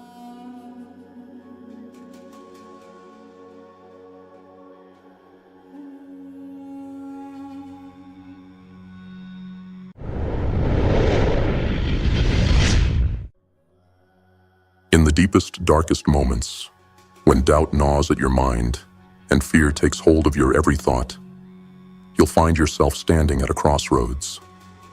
And right there, in that moment, you have a choice. You can give in. You can fall back into the arms of comfort. You can press that snooze button. You can stay in bed just a little longer and let another day slip away. Or you can rise. You can rise with every ounce of what you've got. And trust me, it will take every ounce. You will have to dig deep and take everything you have, every last drop of energy, and pour it into your vision, into your goals. So what happens if you don't give it everything you've got? If you give in to your doubts, if you decide to stay down and quit pushing forward, you know what happens. You cut your family short. You cut everyone who believes in you short. But more than that, you cut yourself short. You rob yourself of the life you were destined to live. The one you dream of when the lights go out. When you close your eyes and envision what could be. You have seen it, haven't you? The vision of success, the vision of yourself, strong, unstoppable, and powerful. But without action, without sweat, without the willingness to sacrifice, that vision is just a fantasy. And that fantasy will remain a fantasy until you step up and demand it. You want that life? You want the life of freedom, of success, of limitless possibilities? Then level up. It's time. There is no easy way, no shortcuts, no cheat codes. You have to earn it. It'll require everything. There are no rest days. There's no time to sleep in, to waste. You have to wake up every day and grind.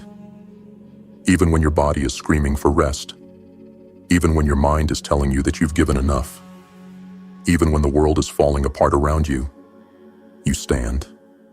You show up. You give it everything. You show up when it's raining. You show up when it's snowing. You show up when you're tired, when you're sick, when you feel broken. You show up. You give your best. You sweat. You bleed. You cry. You puke. You do whatever it takes to make sure that no day is wasted. And that's the price of success. This isn't for the weak. This isn't for the ones who sit around waiting for motivation. This isn't for the ones who talk about their dreams, but never take action. If you want to stand among the few who rise to the top, then you must learn the hardest truth of all. There is no success without sacrifice. And if you're not willing to sacrifice, if you're not willing to endure pain, discomfort, and frustration, then you're not ready. You have to put in the work. You have to fight when it feels impossible. You have to fight when you don't feel like it. Every single day. So, What happens if you don't? What happens if you refuse to fight? If you refuse to go after what's yours? You're not going to feel relief. You're not going to feel free. You're going to feel regret. You're going to feel that empty void deep within you, gnawing at you, telling you that you could have been more, you could have done more. But you chose to give in. You chose to stay where you were. And that dream, that burning desire inside you, it's not going anywhere. It stays with you.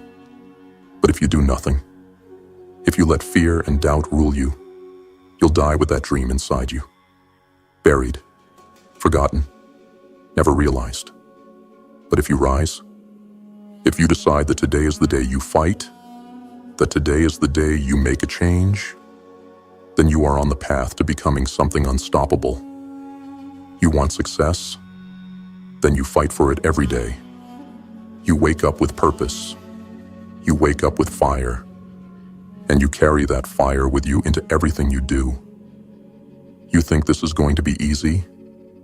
You think success is going to come to you just because you wish for it? No.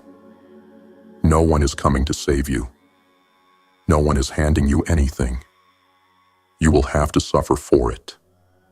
You will have to push through moments that will break you. You'll have to deal with failure. You'll have to deal with pain. You'll have to deal with defeat. But here's the thing. It's in those defeats, in those moments when everything seems like it's falling apart, that your greatest growth happens. Those defeats, they will shape you into something far greater than you ever imagined. Every failure, every setback, every ounce of pain, it's all shaping you into the warrior you are meant to be. And if you think for a second that you can just sit back and wait for things to happen, you're dead wrong. You're running from your own success right now. You're afraid of the work. You're afraid of the sacrifice. You're afraid of what you might become when you finally unlock your potential. You have it in the palm of your hand, but you're too afraid to grab it. But that fear is exactly what will make you stronger. Embrace it. Use it. You have everything you need to succeed.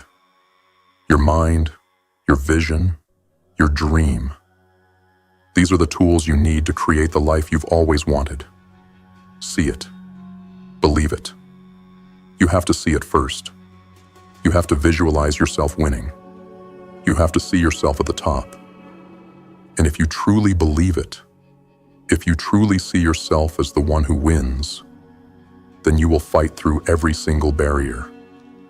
You'll fight through every single obstacle. Nothing will be able to stop you. But belief is just the start. Belief without action is nothing. You have to move. You have to act. You have to execute. And when it gets tough, when you feel like you can't go on, that's when you fight harder. When everyone else is quitting, when they've given up, that's when you double down. Because the warriors who rise are the ones who push through when no one else will. They rise because they refuse to stay down. And you can rise too. But it will require everything. Life will throw everything at you. It will test you. It will push you to the brink.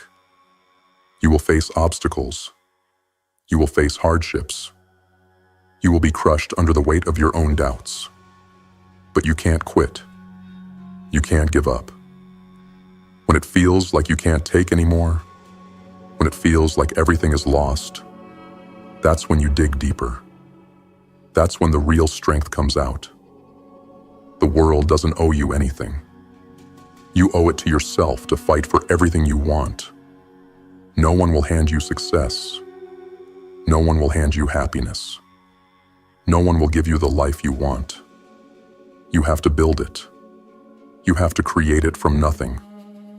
And that process, it will take every ounce of your blood, sweat, and tears.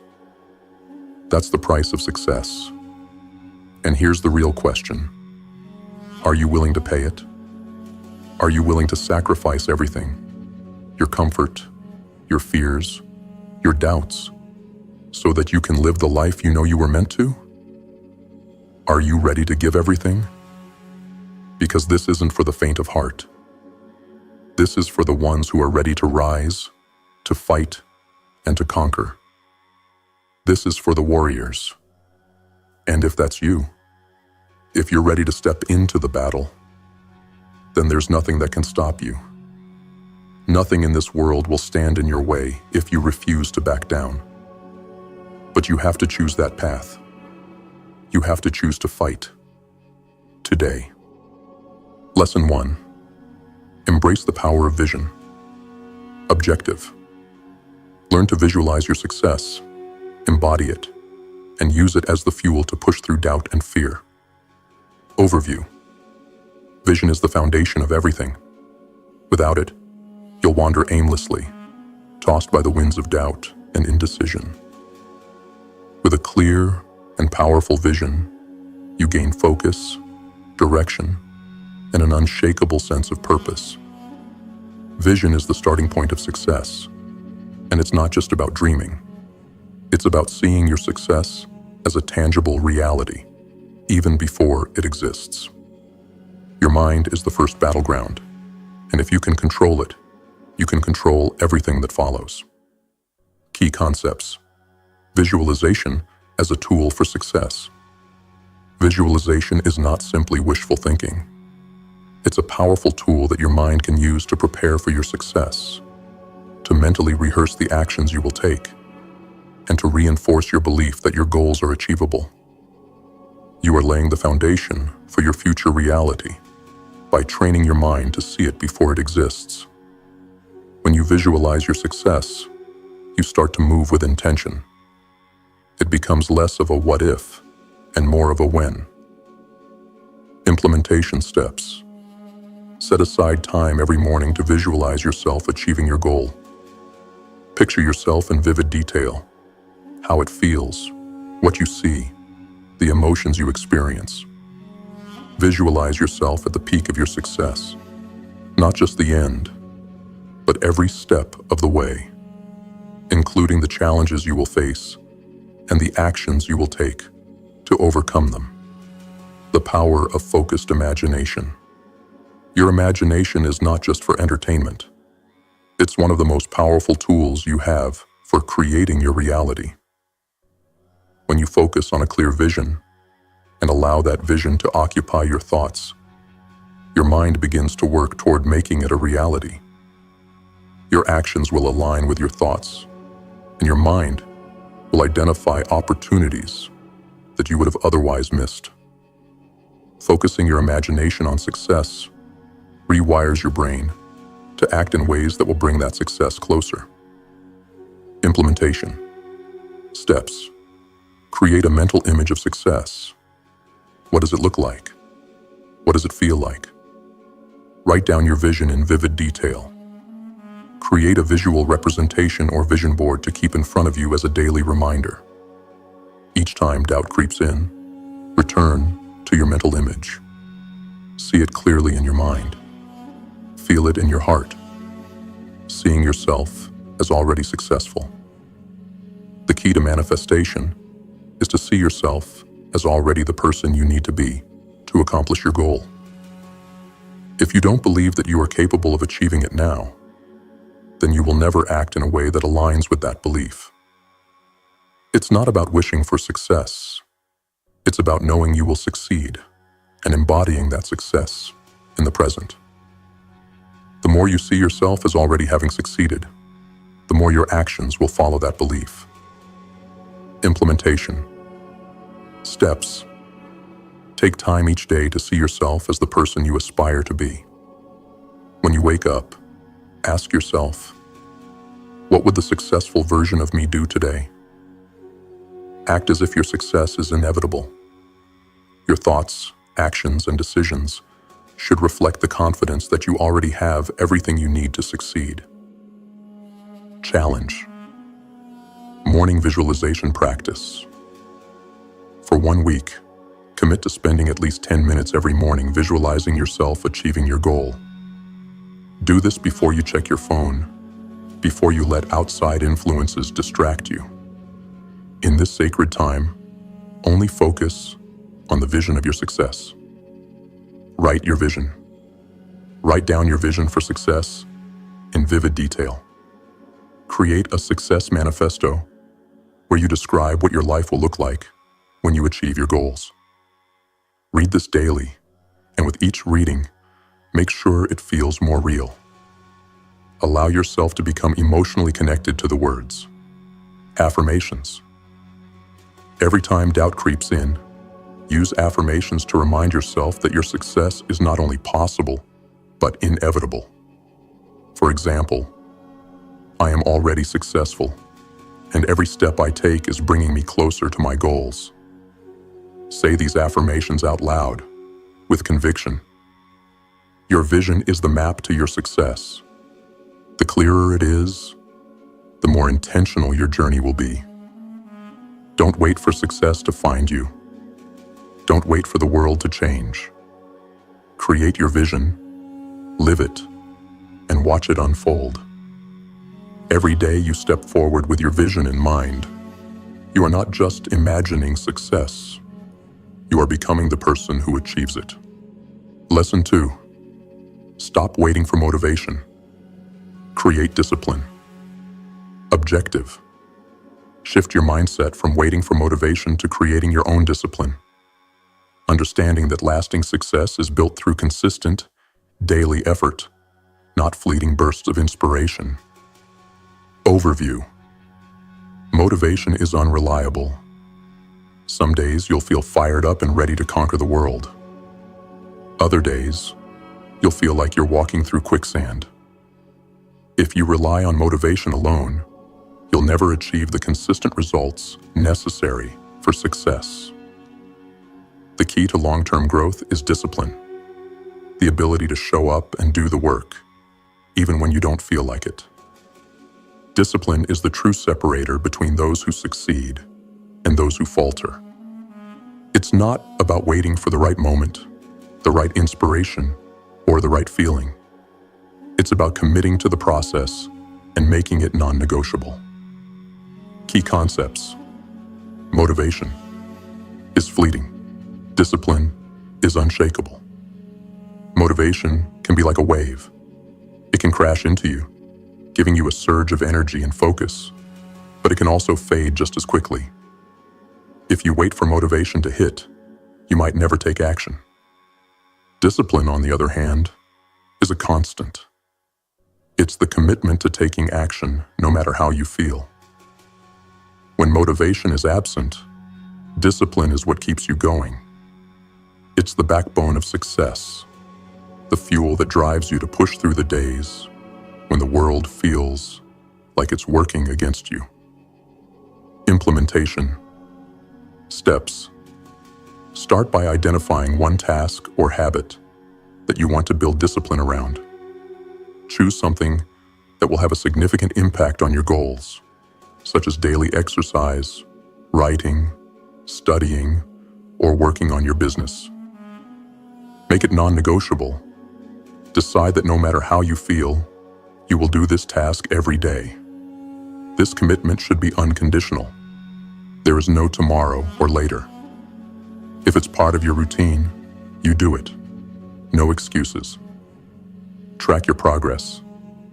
Keep a daily log or journal of your actions, noting when you followed through and when you didn't. This not only holds you accountable, but reinforces the habit. Building consistency over time. Discipline isn't about forcing yourself to work 24/7 or pushing through at all costs. It's about creating small, consistent actions that over time lead to massive results.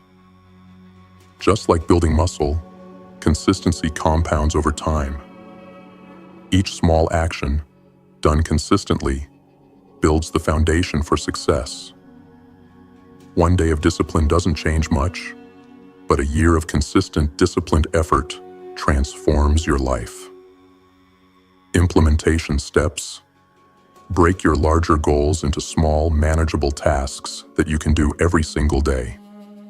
These tasks should take a manageable amount of time, and you should be able to do them without feeling overwhelmed. Daily commitment. Commit to doing one small task each day. Even if it's just 15 minutes, make sure you do it every day without fail. This is your daily minimum, and it becomes part of your routine. Don't aim for perfection.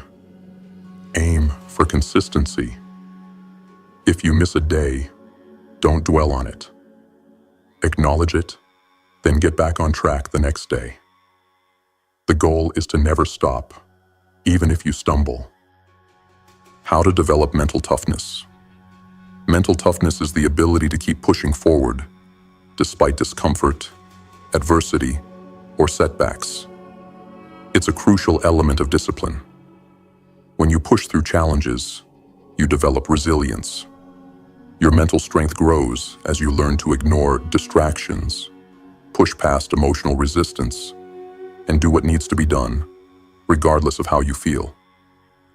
Implementation. Steps. Embrace discomfort. Start pushing yourself out of your comfort zone regularly. Whether it's physical, like working out, or mental, like tackling a challenging project, choose activities that stretch your limits. Create a morning routine. Begin each day with a routine that sets the tone for discipline. This can include stretching, journaling, or tackling a difficult task right away. Having a morning routine that prioritizes discipline helps you maintain control over your day from the start. Develop mental resilience. Every time you want to quit or avoid a task, practice pushing through it. For example, when working out, push through that last rep, even though your body wants to quit. When faced with a hard decision, choose the option that requires the most discipline, not the one that feels easier. Challenge. Non-negotiable daily action. Choose one task that will take you closer to your goal and make it non-negotiable for the next 30 days. This could be working out for 20 minutes each day, reading a chapter of a book, or spending 30 minutes on your side hustle. Commit to it daily, no exceptions. Write it down, put it on your calendar, and make sure it happens no matter what. The key is consistency, not perfection. Track your daily discipline. For the next 30 days, track your actions. Create a simple chart or journal where you mark off each day that you follow through on your non-negotiable task. Reflect on any challenges you face and how you overcame them. At the end of each week, review your progress to see how discipline has built momentum. Push beyond resistance. Choose one area where you consistently give in to resistance, whether it's procrastination, laziness, or fear, and actively push through it. This could be something small, like getting up early to work out, or something big, like writing that first chapter of your book. Each time you push through the resistance, remind yourself that you're building mental toughness. Discipline is the bridge between where you are now and where you want to be. It's not about waiting for the right mood, the right day, or the right conditions. It's about committing to the process, showing up every single day, and refusing to quit. Motivation will come and go, but discipline will keep you moving forward. If you want to be successful, it's not enough to feel motivated. You have to create a system of discipline that drives you even when you don't feel like it. Every small, consistent step you take adds up to something powerful. Keep moving, no matter what. Lesson 3. Build strength through suffering. Objective. Understand that discomfort and suffering are essential for growth. Embrace challenges instead of avoiding them, knowing that your greatest strength is built through enduring and overcoming adversity. Overview. Most people spend their lives avoiding discomfort. We avoid pain, hardship, and struggle because we associate these things with failure or weakness. But the truth is, the greatest achievements, the most significant transformations, and the deepest personal growth come from facing and overcoming suffering. Success doesn't come from avoiding challenges. It comes from embracing them, learning from them, and allowing them to shape you into someone stronger, tougher, and more resilient. In fact, the more you resist discomfort, the less growth you'll experience. True growth happens only when you step outside your comfort zone, confront the obstacles that stand in your way, and press forward despite the pain. Key concepts. Growth happens outside your comfort zone. If you want to become someone who achieves greatness, you have to stop running from discomfort. Comfort is where dreams go to die. The only way to grow is to deliberately push yourself beyond your current limits. Every time you push yourself through pain or difficulty, you expand your capabilities. You become more than you were yesterday. It is in moments of challenge and hardship that you find your true potential. Implementation steps. Identify your comfort zone. Take a moment to reflect on where you have been staying comfortable in your life. Is it in your career, in your relationships, in your personal development? Write down the areas where you tend to avoid discomfort. Choose a challenge. Select one area where you will intentionally push yourself outside of your comfort zone. This could be anything from taking on a difficult project, confronting a personal fear, or physically pushing your body further than it's ever been. Embrace discomfort daily. Each day, challenge yourself in small ways. If you're working on fitness, try pushing your limits with your workout. If you're focused on personal development, confront something you've been avoiding, like speaking up or taking risks in your career. Pain is temporary, but growth is forever. Suffering is inevitable, but how you view it will determine its impact on your life. Every time you experience pain, whether it's emotional, physical, or mental, you have a choice. Either let it defeat you or use it as a stepping stone toward greater strength. Pain, when endured and properly channeled, is one of the most powerful tools you have for growth. It teaches you resilience, perseverance, and the ability to overcome anything. When you learn to embrace the pain and discomfort, you start to see it as part of the process, not something to avoid. Implementation. Steps. Reframe your mindset about pain. Every time you experience discomfort, remind yourself that this pain is temporary and necessary for your growth. Instead of seeing it as something to fear, see it as an opportunity to strengthen your character and expand your abilities. Create a mantra.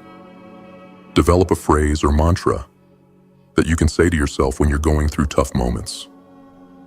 Something like, "This pain is temporary, and it is making me stronger," can serve as a powerful reminder during tough times. Reflect on your progress. After a challenging experience, take the time to reflect. Ask yourself what you learned and how the pain shaped you. This reflection helps you see the value in suffering and reminds you that each struggle builds the person you're becoming. Mental toughness comes from pushing through the struggle. Mental toughness is the ability to keep moving forward, even when everything inside you is telling you to quit. It's built through consistent exposure to challenges and through developing the ability to keep going, no matter how hard it gets. The more often you push through adversity, the stronger your mental fortitude becomes. Just like physical strength, mental toughness is something you build over time by facing difficulty and refusing to let it break you. Implementation. Steps. Start small. Mental toughness doesn't happen overnight. Begin by challenging yourself in small ways. For example, If you're working out, finish your set even when it feels impossible. If you're working on a project, keep going even when you hit a roadblock. Visualize strength. When you're faced with a challenge, take a moment to visualize yourself pushing through it. See yourself overcoming obstacles, staying calm, and remaining focused. This mental rehearsal strengthens your resolve. Seek out challenges. Make it a point to seek out opportunities that will push your limits. Whether it's taking on a difficult task, entering a competition, or facing something you fear, actively seek out challenges that will make you stronger. Challenge. Daily discomfort. Challenge. For the next 14 days, find one thing every day that pushes you outside of your comfort zone. This could be a physical challenge, like pushing through a difficult workout, a mental challenge, like tackling a task you've been procrastinating, or an emotional challenge, like confronting a difficult conversation. Embrace it fully and reflect on how it made you stronger. Push past your limits. Choose one area where you consistently feel weak or where you tend to give up when things get tough. Whether it's running, reading, or working on a personal goal, push yourself to go beyond your normal limits. If you normally run for 20 minutes, push for 25. If you normally work for an hour, push for 15 more minutes. Every time you hit a wall, push through it and see what happens. Embrace a no-quit mindset. Every time you feel like giving up on something, whether it's a project, a workout, or a goal, commit to pushing through it for an additional 10 minutes. Tell yourself that quitting is not an option. Use this practice to build mental resilience and develop the habit of finishing what you start. Final thought. Suffering and discomfort are not enemies. They are the crucible in which you are forged. Every time you push through the pain, every time you confront the hardship, you are becoming stronger, more resilient, and more capable of achieving greatness. The greater the challenge, the greater the strength you will gain from it. Success doesn't come to the ones who avoid difficulty. It comes to those who embrace it, use it as a tool, and rise to meet it head-on. The strength you need to achieve your goals is built in the fire of adversity. So let it burn. Let it shape you into someone who cannot be defeated. Lesson 4. Focus on execution, not excuses. Objective. Learn to prioritize action over hesitation, execution over procrastination, and progress over perfection. Stop making excuses and start getting things done. Overview. Many people spend their lives dreaming of success, but they never take the necessary steps to make it happen. They wait for the perfect time, the right moment, or the ideal conditions. But the truth is, the perfect moment never arrives. The road to success is paved with consistent action, even when it's not convenient, even when conditions aren't ideal, and even when you don't feel like it. Execution is the key. It's the difference between those who achieve their goals and those who merely talk about them. Focusing on execution means taking action, even when the circumstances aren't perfect, and pushing forward despite uncertainty, doubt, or fear. It's about taking steps, no matter how small, toward your goal, every single day. Key concepts. Execution is the bridge between ideas and reality. Ideas are plentiful. We all have them. Visions, goals, dreams. But ideas are meaningless without execution. Success doesn't come from thinking about what you want to do. It comes from doing it. Many people spend their time planning, refining, and tweaking their ideas to perfection. While planning is important, it should never overshadow execution. A plan without action is simply a wish. Real progress only happens when you commit to execution and follow through, no matter what. Implementation steps. Stop waiting for perfection. If you are waiting for everything to align perfectly before taking action, you will wait forever. Start now with what you have and make adjustments along the way. The best time to start is now, not later. Break down your goals into actionable steps. Instead of focusing on your end goal, break it down into small, manageable actions you can take every day. Every task you complete, no matter how small, is one step closer to achieving your dream. Commit to action. At the end of each day, reflect on the actions you've taken. If you didn't take any action, ask yourself why. Then commit to taking at least one step the next day, no matter how small. Excuses keep you stuck. Execution moves you forward. Excuses are the silent killers of progress. We all make them. Too tired, too busy, not the right time, not enough resources. But every excuse is a barrier that stands between you and your success. The more you make excuses, the more you stay stuck in the same place. Excuses are often rooted in fear. Fear of failure, fear of judgment, or fear of discomfort. But if you want to succeed, you must stop letting fear dictate your actions. You must choose execution over hesitation, regardless of how you feel in the moment. Implementation steps. Identify your excuses. Take note of the excuses you make when you fail to act.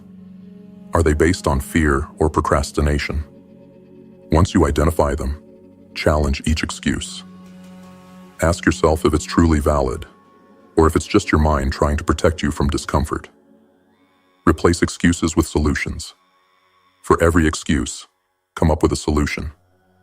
For example, if you say, "I don't have time," ask yourself, how can I make time for this? If you say, "I don't have the resources," ask, what resources do I already have, and how can I use them to get started? Start small. If you're overwhelmed, start with small tasks. The key is to start somewhere, no matter how insignificant the first step might seem. Momentum comes from action, and once you take that first step, it will be easier to take the next one. Action creates momentum. Momentum creates results. When you take action, even if it's just a little bit at a time, you begin to build momentum. Momentum is one of the most powerful forces you can harness. Once you get moving, it becomes easier to continue moving. The more you execute, the more confident you become in your ability to succeed, and the more motivated you'll feel. The key is to stop waiting for the right moment and just take action. Execution breeds confidence, and confidence breeds success.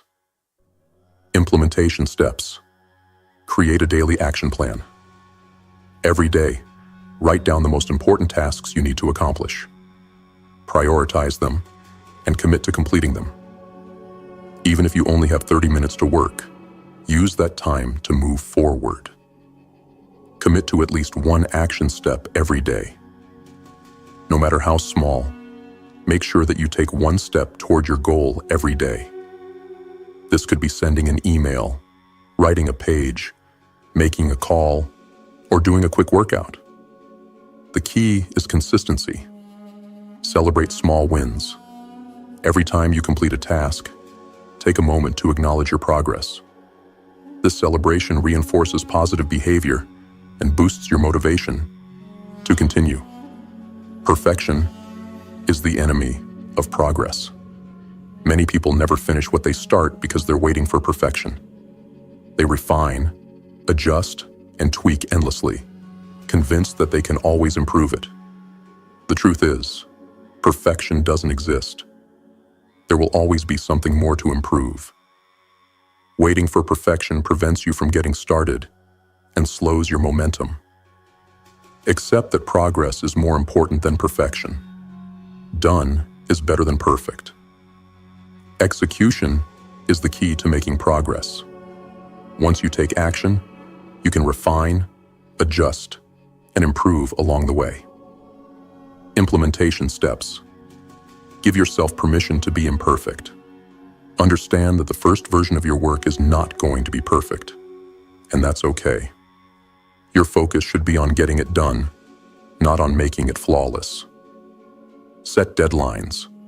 Commit to finishing tasks within a certain time frame, even if they're not perfect. A deadline forces you to take action and prevents you from getting stuck in endless refinement. Refine as you go. Once you start executing, you'll find ways to improve. Keep moving forward and don't wait for the perfect conditions.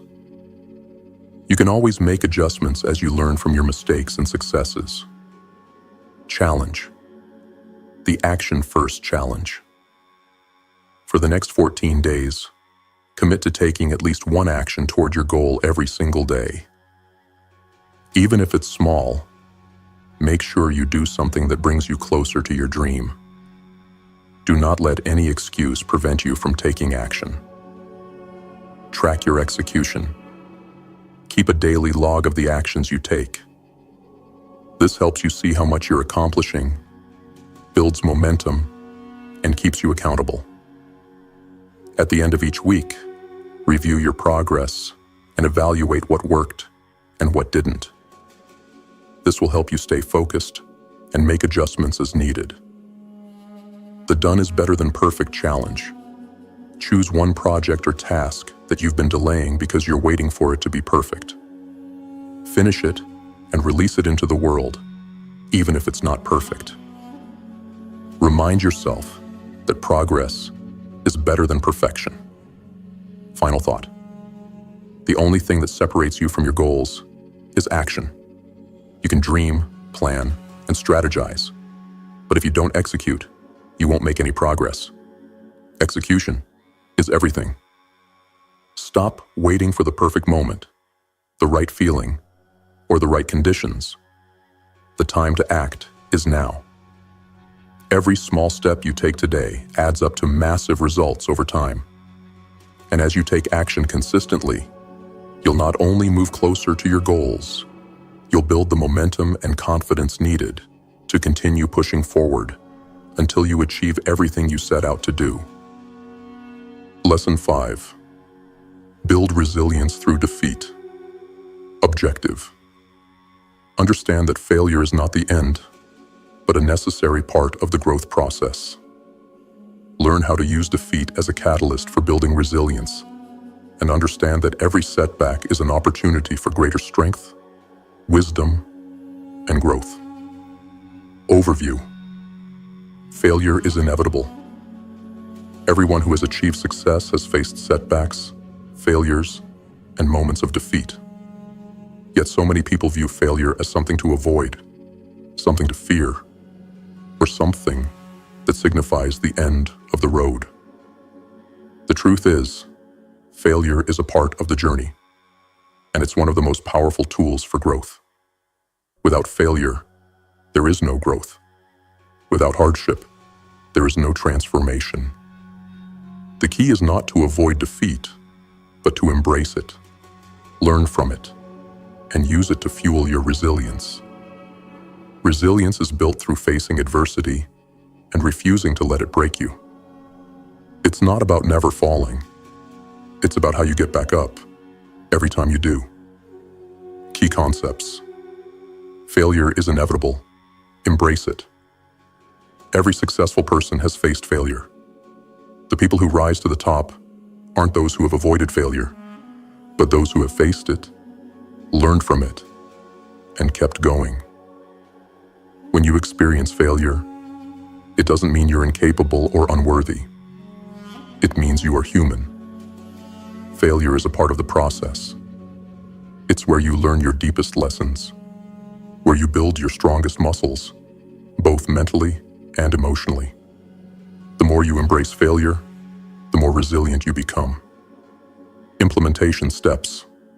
Reframe failure. Instead of viewing failure as a negative event, change your mindset. See it as feedback. Ask yourself, what can I learn from this? What did I do right?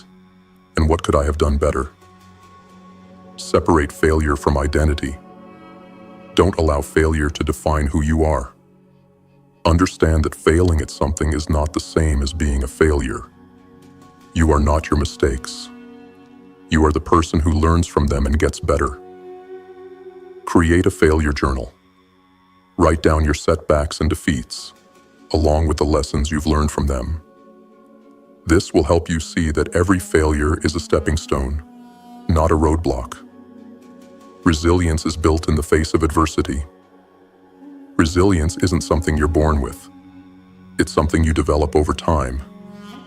It's the ability to stay strong when life gets hard, to persevere through difficulties, and to rise again after you fall. Every time you face adversity and refuse to quit, you build your resilience. The more you expose yourself to challenges and overcome them, the stronger and more resilient you become. Implementation steps. Get comfortable with discomfort. Actively seek out challenges that will stretch you. This could be taking on a difficult project at work, confronting a fear, or pushing your physical limits in a workout. Every time you face something difficult and get through it, you build resilience. Develop mental toughness. When things get tough, resist the urge to give up.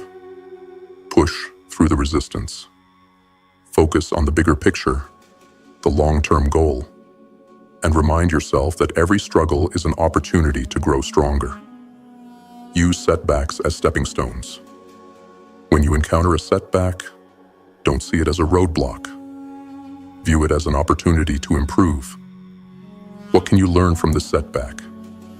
How can you adjust your approach to get closer to your goal? The importance of perseverance. Perseverance is the ability to keep going, even when it feels like progress is impossible.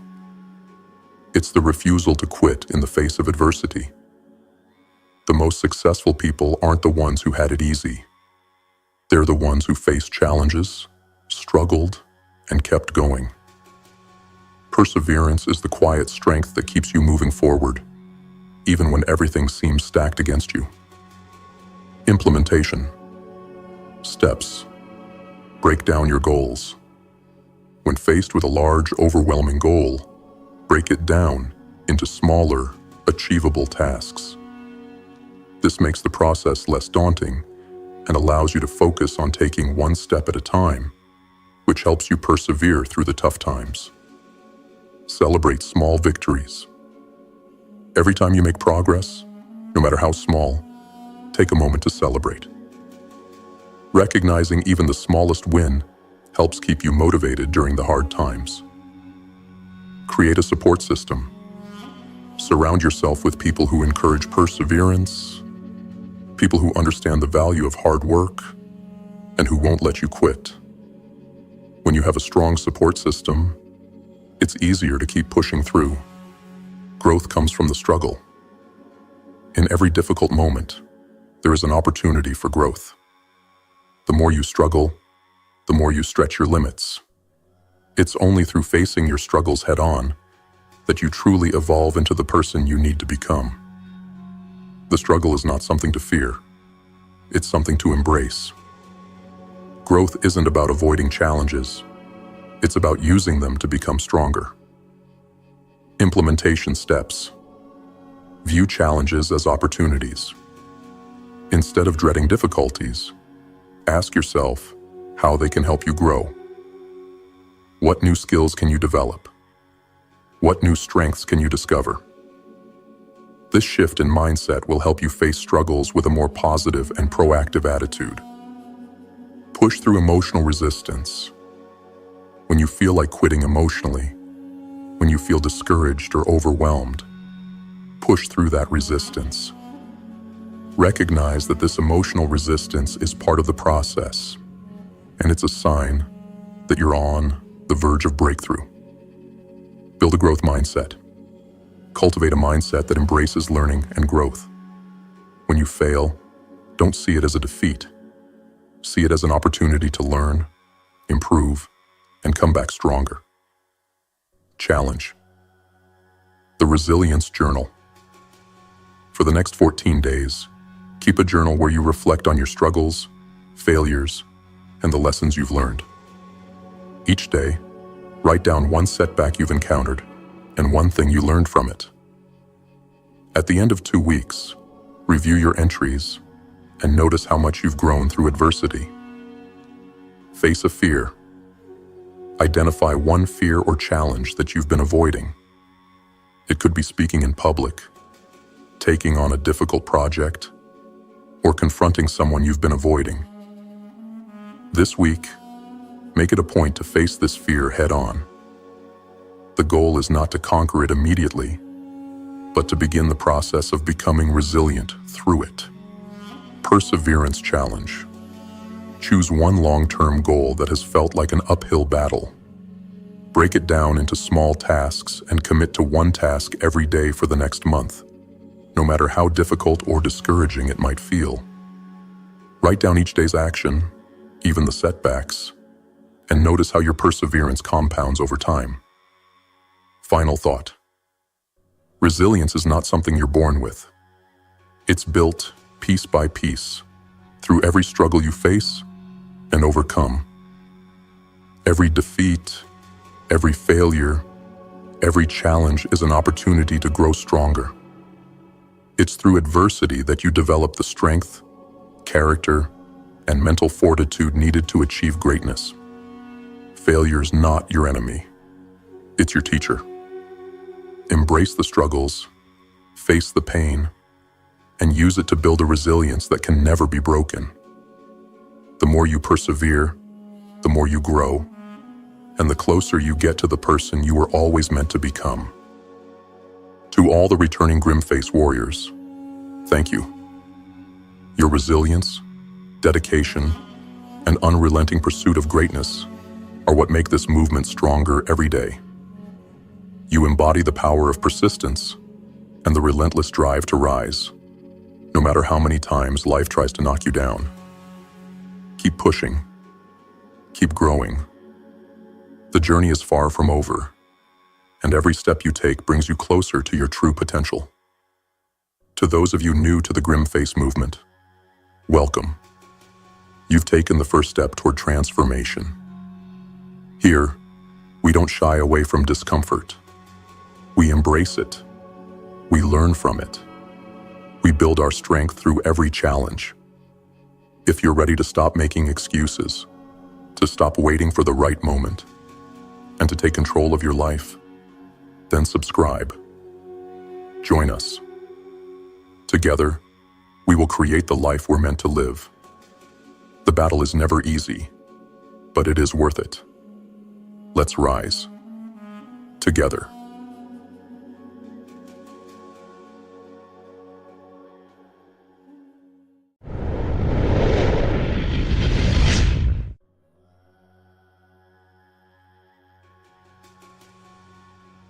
Comfort is killing your potential. It is a slow, insidious killer. Every day, every hour, it whispers in your ear, inviting you to rest, to take it easy, to put off the hard work, to settle for what's good enough.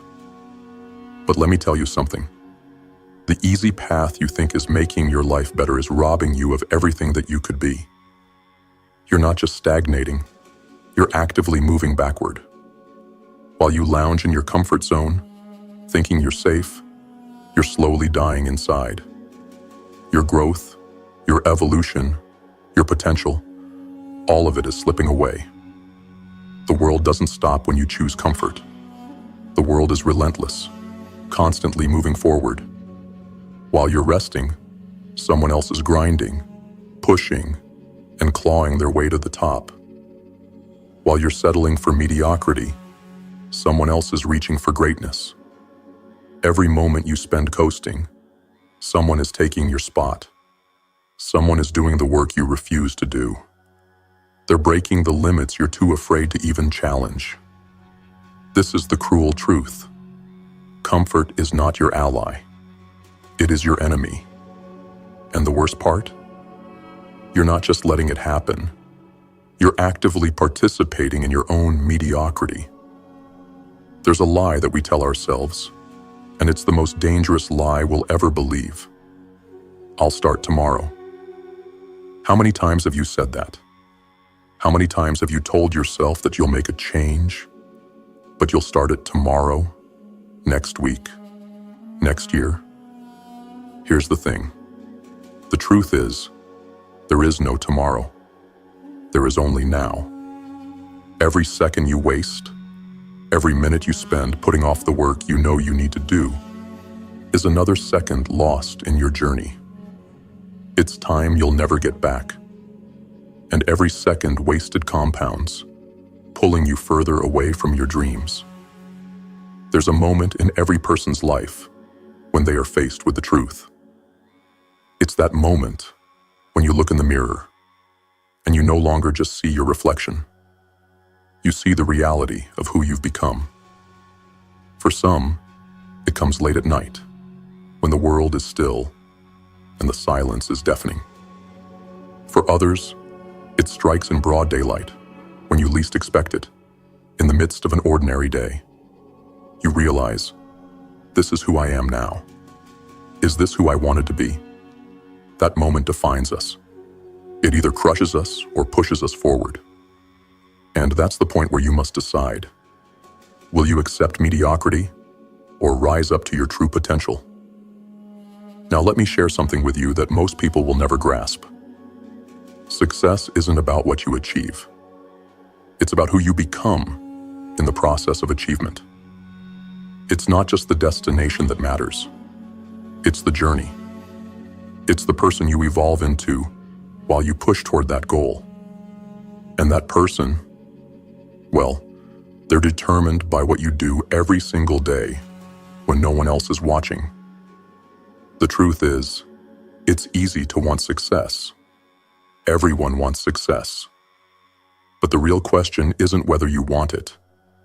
It's whether you're willing to become the person capable of achieving it. Think about yesterday. Really think about it. What time did you wake up? What was the first thing you did?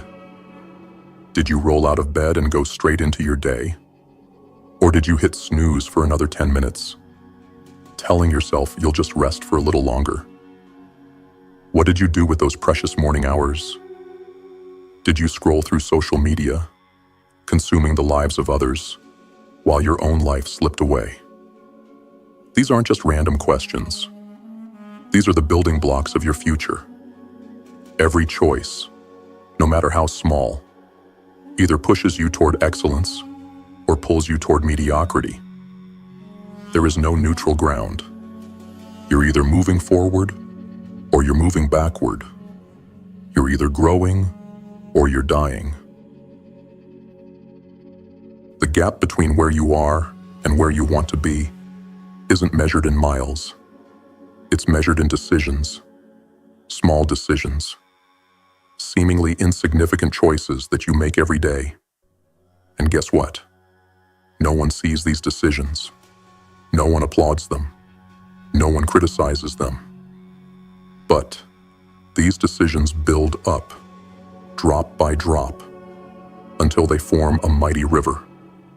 They shape your future in ways you can't yet understand. These small, unseen decisions are what will determine whether you become a winner or stay stuck in mediocrity. True winners understand something the rest of the world doesn't. Success is not a destination you arrive at one day. It's the natural consequence of consistently making the harder right choice instead of the easier wrong one. It's choosing growth over comfort, every day, every hour, without exception. It's about getting up when the alarm goes off and deciding that today will be the day you push yourself just a little bit more than you did yesterday. When that alarm rings, it's not just a wake-up call. It's a decision point. Will you rise with purpose, or will you roll over and give in to your comfort zone? And here's where the rubber meets the road. How many of us are actively seeking discomfort? How many of us are pushing ourselves into situations that challenge us, that force us to grow? Most people spend their entire lives avoiding discomfort, trying to stay in the safety of their comfort zones, and then wonder why they're stuck. They wonder why they haven't reached the heights they desire. Comfort is the prison you've locked yourself in. The bars are invisible, but they're real. And until you break free from them, you will never realize your true potential. Let me be clear. Your comfort zone is not meant to be a permanent place of residence. It's a place to visit occasionally, but it's not where you're meant to live. Living in your comfort zone is a slow death to your potential. Every time you choose comfort over growth, you're writing the story of your own mediocrity. But every time you choose discomfort, you're writing the story of your greatness. So ask yourself this: what would your life look like if you pushed yourself just 1% harder every single day? Not 100%. That's unsustainable. But just one more rep. One more minute of focus. One more call. That one extra push might not seem like much in the moment, but when you add it up over a week, a month, a year, suddenly you'll look back and realize you've built something extraordinary. The biggest mistake people make is waiting for motivation. They think they need to feel motivated before they take action. But that's backward. Action comes first. Motivation follows. You don't need to feel ready. You don't need to feel confident. You don't need to wait for the perfect moment. You just need to decide right now that you will push yourself every single day, no matter how you feel.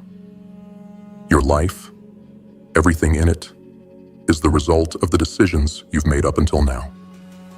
Your health, your relationships, your career, your finances, it's all the outcome of the choices you've made. So, if you want different results, you need to make different decisions. And here's the most powerful part. You can make a new decision at any moment. Right now, you can decide to become the person who pushes themselves every day.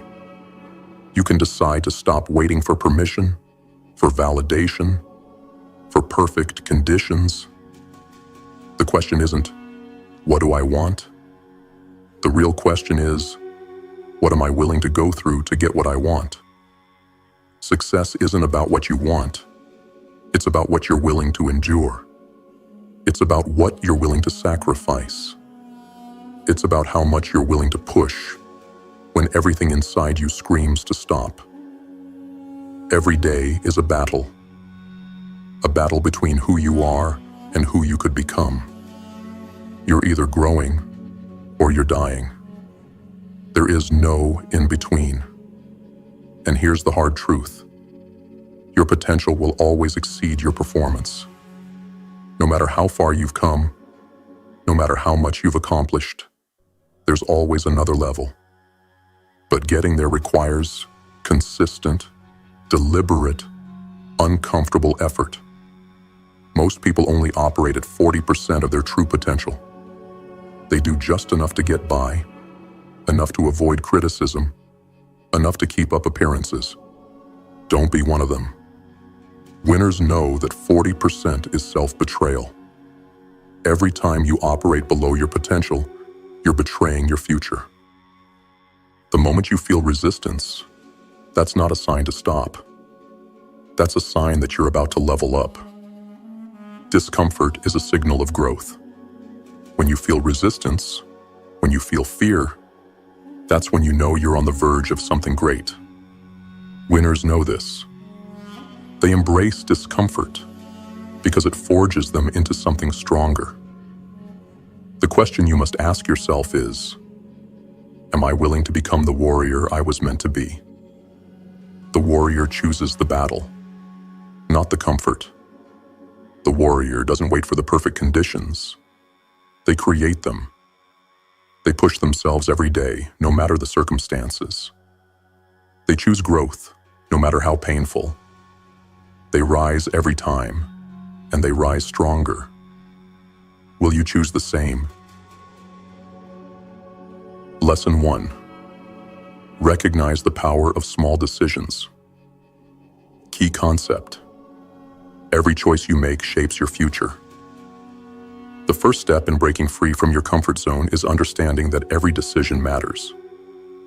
Every small, seemingly insignificant choice you make today is contributing to your future. The act of choosing between comfort and growth, between easy and hard, between now and later. These decisions, though seemingly minor, are actually the building blocks of your destiny. This is where the real battle takes place, in the small, daily decisions that no one notices. The most successful people understand that these small moments accumulate over time and eventually shape the course of their lives. Each decision, whether it's deciding to wake up on time or to tackle a difficult task instead of procrastinating, is a moment that either takes you closer to your potential or pushes you further away from it. The key here is awareness. If you can become aware of the importance of these small decisions, you can begin to actively choose growth, even in the most mundane moments. You stop operating on autopilot and start making deliberate choices that align with your goals. How to implement. Start each day by making one small, tough decision that pushes you outside your comfort zone. Whether it's waking up when your alarm rings, choosing to go for a run instead of hitting the snooze button, or tackling that challenging email instead of putting it off. Make it a non-negotiable part of your morning routine. Over time, these small wins will compound and shift your mindset to prioritize growth over comfort. When faced with decisions throughout the day, ask yourself, is this pushing me toward excellence or pulling me toward mediocrity? This could be as simple as choosing to spend 30 minutes learning a new skill instead of mindlessly scrolling through your phone. When you can recognize the choices that matter most, you become empowered to choose the path that leads to growth. Keep a journal of your daily decisions for 1 week. Track the small choices you make and reflect on whether they're moving you closer to your goals or reinforcing your current comfort zone. This exercise helps to build self-awareness and offers insight into areas of your life where you may be subconsciously choosing comfort over growth. Use this information to begin adjusting your daily habits. By focusing on the small decisions and choosing growth even in seemingly insignificant moments, you begin to shift your entire life trajectory. Recognizing the power of small decisions is the foundation upon which every other lesson is built. When you take control of your choices, you take control of your life. And once you realize that, the process of pushing past your limits becomes much easier to sustain. Lesson 2. Embrace discomfort as a growth signal. Key concept. Discomfort is a signal of growth. The path to success is not a smooth one. It's not about finding ease and comfort. It's about stepping into the unknown and willingly embracing the discomfort that comes with change. Discomfort is one of the most powerful indicators of growth. It's a sign that you are stretching yourself, challenging your limits, and stepping beyond what is familiar to you. The moment you feel discomfort, that is the moment when transformation is happening. It's when you push past your comfort zone that you begin to break through the barriers that have kept you stagnant. Most people shy away from discomfort because it feels unpleasant. The truth is, our minds are wired to seek pleasure and avoid pain. However, in the modern world, This survival mechanism often prevents us from reaching our full potential. You must retrain your mind to view discomfort not as a threat, but as a valuable signal that you're moving in the right direction. It's like the burn you feel when you lift heavy weights. At first, it's painful, but over time, that discomfort leads to strength and growth. Understanding that discomfort equals growth requires a shift in perspective. Instead of trying to avoid it, seek it out. Challenge yourself to lean into discomfort. When you start looking for opportunities to push yourself beyond what's comfortable, you'll discover new levels of strength and resilience you didn't even know you had. How to implement. Seek out discomfort intentionally. When you're presented with the option to take the easy route, choose the harder path. If you feel the resistance in your body or mind telling you to avoid something, that's your cue to move toward it. Whether it's taking on a tough project at work, signing up for a challenging fitness program, or engaging in difficult conversations, these moments of discomfort are opportunities to grow. Reframe discomfort as a positive force. The next time you feel uncomfortable, whether it's a physical challenge, a mental hurdle, or an emotional obstacle, remind yourself that it's not a sign to stop. It's a signal that you are progressing, that you are evolving. Reframe discomfort as evidence that you're on the right track. Instead of running from it, ask yourself, what can I learn from this? How can I use this discomfort to become better? Push yourself beyond your current limits. One of the best ways to embrace discomfort is to set goals that are just beyond your current capabilities. If you're working out, challenge yourself to push for one more rep, run one more lap, or increase your weight. In your personal and professional life, push yourself to tackle bigger challenges, speak in public, or take on projects that intimidate you. This is how you build resilience, by stretching your limits and breaking through the discomfort. Change your mindset about failure. When you feel discomfort, it's easy to equate it with failure. But it's important to recognize that failure and discomfort are part of the process. Failure isn't a sign to quit. It's a learning experience. Discomfort means you're on the verge of something greater. Failures, setbacks, and challenges are not the end. They're just the growing pains you need to go through in order to reach the next level. Develop a discomfort tolerance. The more you expose yourself to discomfort, the easier it becomes to handle. Over time, you'll develop a higher tolerance for discomfort, meaning you'll be able to push yourself further and further without being overwhelmed. Just like physical training increases your muscle endurance, emotional and mental discomfort increases your capacity for growth. When you choose to embrace discomfort, you no longer see it as something to fear. Instead, you recognize it as a necessary step toward becoming stronger, more capable, and more successful. Discomfort becomes not just something to endure, but something to seek out. The more you grow comfortable with being uncomfortable, the more unstoppable you become. Remember, the path to greatness is not found in ease. It's forged in the fire of challenge, discomfort, and persistence. Keep pushing yourself. Keep leaning into discomfort. And watch as you transform into the person you were always meant to be. Lesson 3. Build the habit of consistent effort. Key concept. Success is the result of consistent daily effort. Success is rarely a result of a single action or a dramatic leap forward. It's built on the consistent daily efforts that compound over time. The truth is, success is more about persistence than it is about talent, intelligence, or luck. Every great achievement comes from showing up each day, doing the work, and putting in the effort, even when the results aren't immediately visible. This is where most people fail.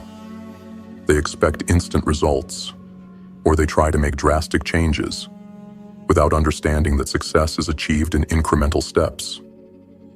The most successful people in the world understand one simple truth. Success is not an event. It's a process. It's a series of small, deliberate actions that accumulate into something greater than the sum of their parts. It's about the habits you cultivate, the effort you put in and day out, and the discipline you maintain when motivation fades. Consistency is the bedrock of any achievement.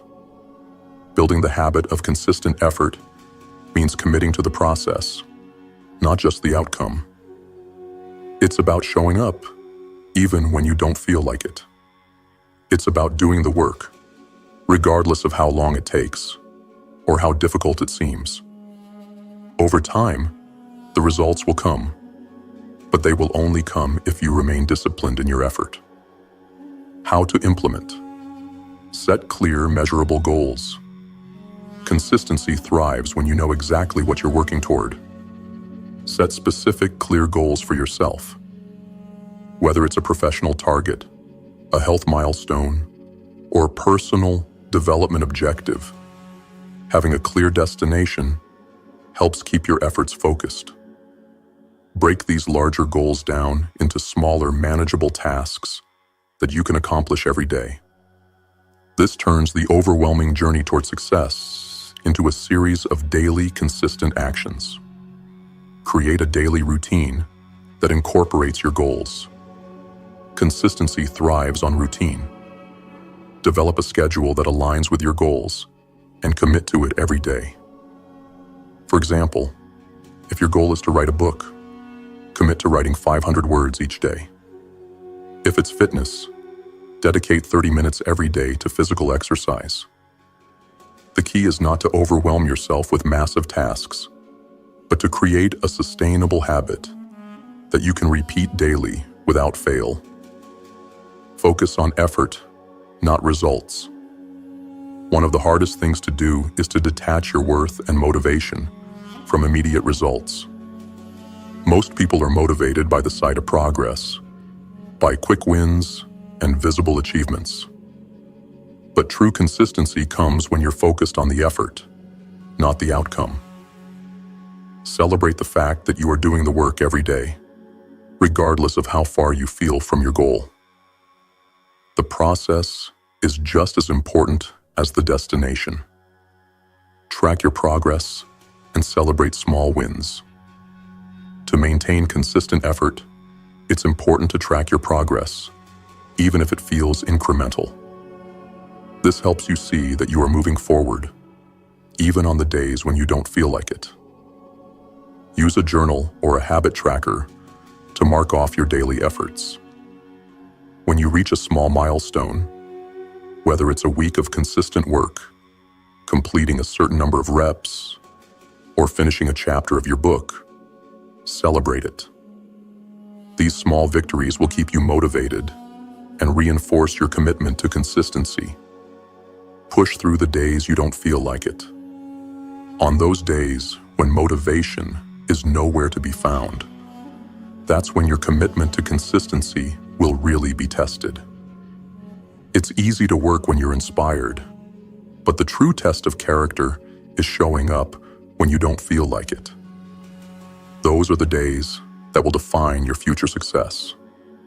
Learn to push through those moments.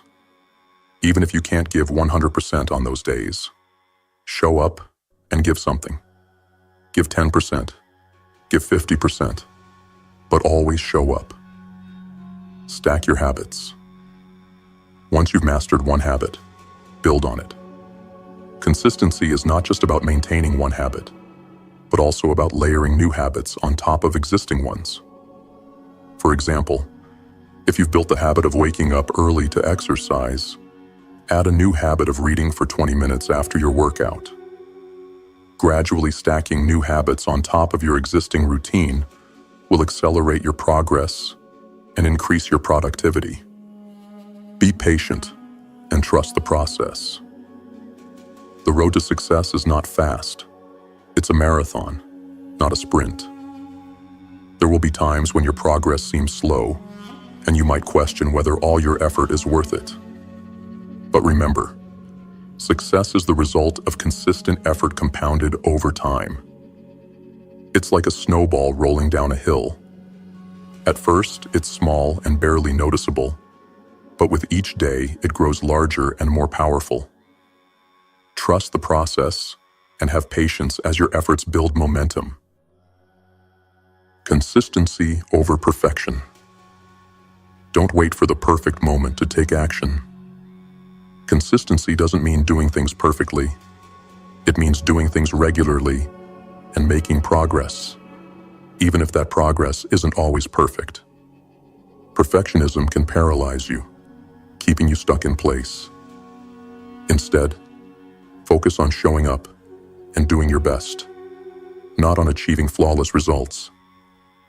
Over time, your consistent effort will lead to improvements that no single perfect attempt could ever match. By committing to consistent effort, you're creating a foundation of resilience. You're building the mental toughness that will allow you to keep going when the road gets tough. Remember, success doesn't come from one huge breakthrough.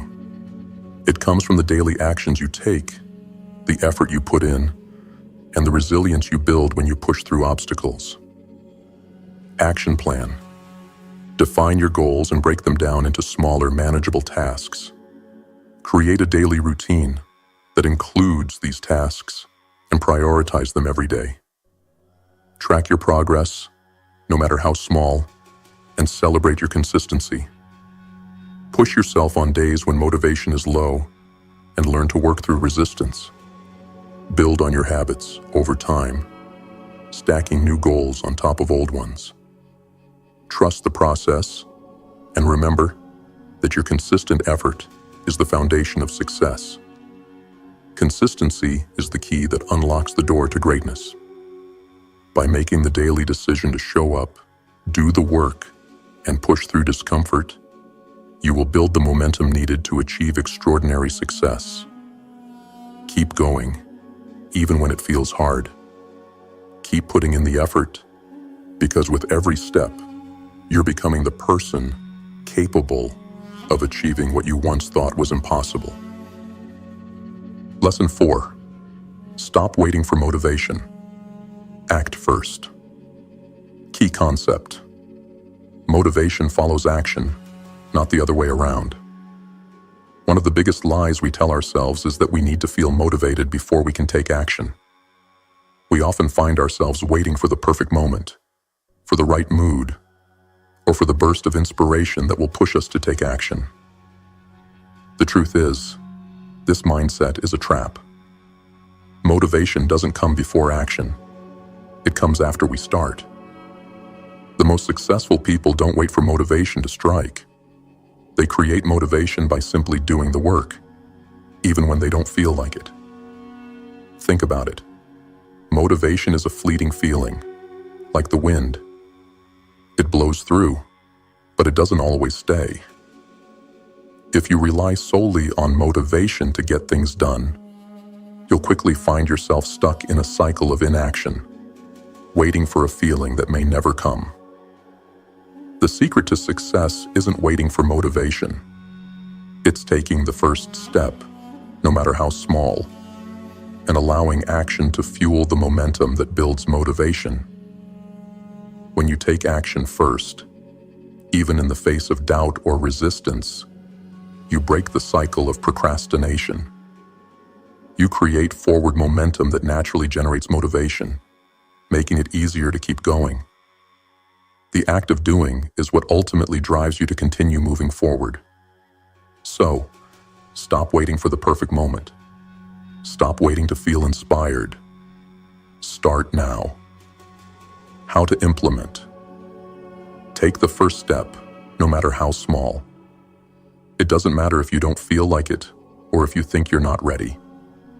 The most important thing is to begin. Start with the smallest possible action you can take toward your goal. Whether it's writing a single sentence, working for 10 minutes, or making one call. The key is to overcome the inertia of inaction. Once you take that first step, momentum will begin to build. Commit to doing before feeling. We often wait for the feeling of motivation to come before taking action. Flip that thinking. Commit to the idea that you will act first, and the feeling will follow. For example, instead of waiting for motivation to start exercising, tell yourself you will work out for just 5 minutes. Often, after you get started, you'll find that you're willing to go longer because action has already started the process of generating motivation. Stop making excuses. We are all experts at making excuses. We tell ourselves that we don't have enough time, that we're too tired, or that the conditions aren't right. The truth is, if you wait for ideal conditions to act, you will never act. The conditions will never be perfect. If you truly want to make progress, you must learn to act in spite of the obstacles. Discipline is about doing the work regardless of your excuses or how you feel. Stop waiting for everything to align and take action with what you have, where you are. Focus on process, not results. Motivation often gets stuck in the desire for results. We want instant rewards and instant feedback to fuel our drive. But this is a trap. Focusing too much on the outcome can make the journey feel overwhelming. Instead, focus on the process, the small actions you can take today. Celebrate your consistency and effort, not just the outcome. The more you focus on showing up and doing the work, the more motivation will naturally follow. Develop a just-do-it mentality. Sometimes, the best way to overcome resistance is to eliminate the mental chatter that keeps you from starting. The longer you think about something, the more doubts and excuses will enter your mind. Develop a just-do-it mentality. When you feel resistance, push past it by saying, just do it. Commit to taking action right now, regardless of your emotional state or mental hesitations. Create a no excuses rule. Build a habit of rejecting excuses. Set a rule for yourself that excuses have no place in your daily life. Instead of waiting for conditions to be perfect, decide that every day you will take at least one action, no matter how small, toward your goal. When you remove the option to make excuses, you eliminate the barrier that's preventing you from taking action. Make decisions quickly and commit. Often, the reason we don't take action is that we spend too much time contemplating decisions. We overthink, get stuck in analysis paralysis, and never move forward. Make the decision quickly and commit to it. The longer you wait, the harder it becomes to act. Once you commit to taking action, trust yourself enough to follow through without second-guessing. Use momentum to build motivation. Once you start acting, motivation begins to build. You'll notice that the first few steps might be difficult, but once you gain momentum, things will start to flow more easily. The key is to keep moving, even when it's hard. Small victories will add up and motivate you to keep going. Think of momentum as the engine that powers your actions. Without it, you're stuck. But once you have it, the work becomes easier. Example of momentum in action. Imagine you want to write a book, but every day you think, I'll do it tomorrow. You feel unmotivated to start, so the cycle continues. But one day, you decide to simply write one paragraph. That's it. You don't pressure yourself to write a chapter, just one paragraph. Once you get started, you may realize that you're in the flow, and suddenly you've written a few pages. You started with the smallest action, but it sparked the motivation to continue. The key was starting, not waiting for motivation to come to you. Key takeaways. Take action first. Motivation follows action, not the other way around. Commit to doing, not feeling. Don't wait for perfect conditions. Perfect timing will never come. Act now and adapt as you go. Focus on the process. Motivation grows from consistent effort, not from the pursuit of immediate results. Eliminate excuses.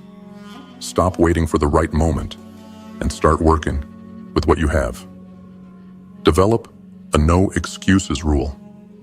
Commit to taking action each day, no matter how small. Conclusion. Waiting for motivation is a surefire way to stay stuck in the same place. The key to moving forward, to breaking free from procrastination, is to act first. The moment you take that first step, you create momentum. And with that momentum comes the motivation to continue. Don't wait for inspiration to strike. Create it yourself by simply getting started. Act now and let motivation follow. Lesson 5. Redefine your self-image through action. Key concept. Who you are today is not who you must remain. One of the most powerful tools you have at your disposal is the ability to shape your self-image. Your self-image is the mental picture you have of yourself, the person you believe yourself to be.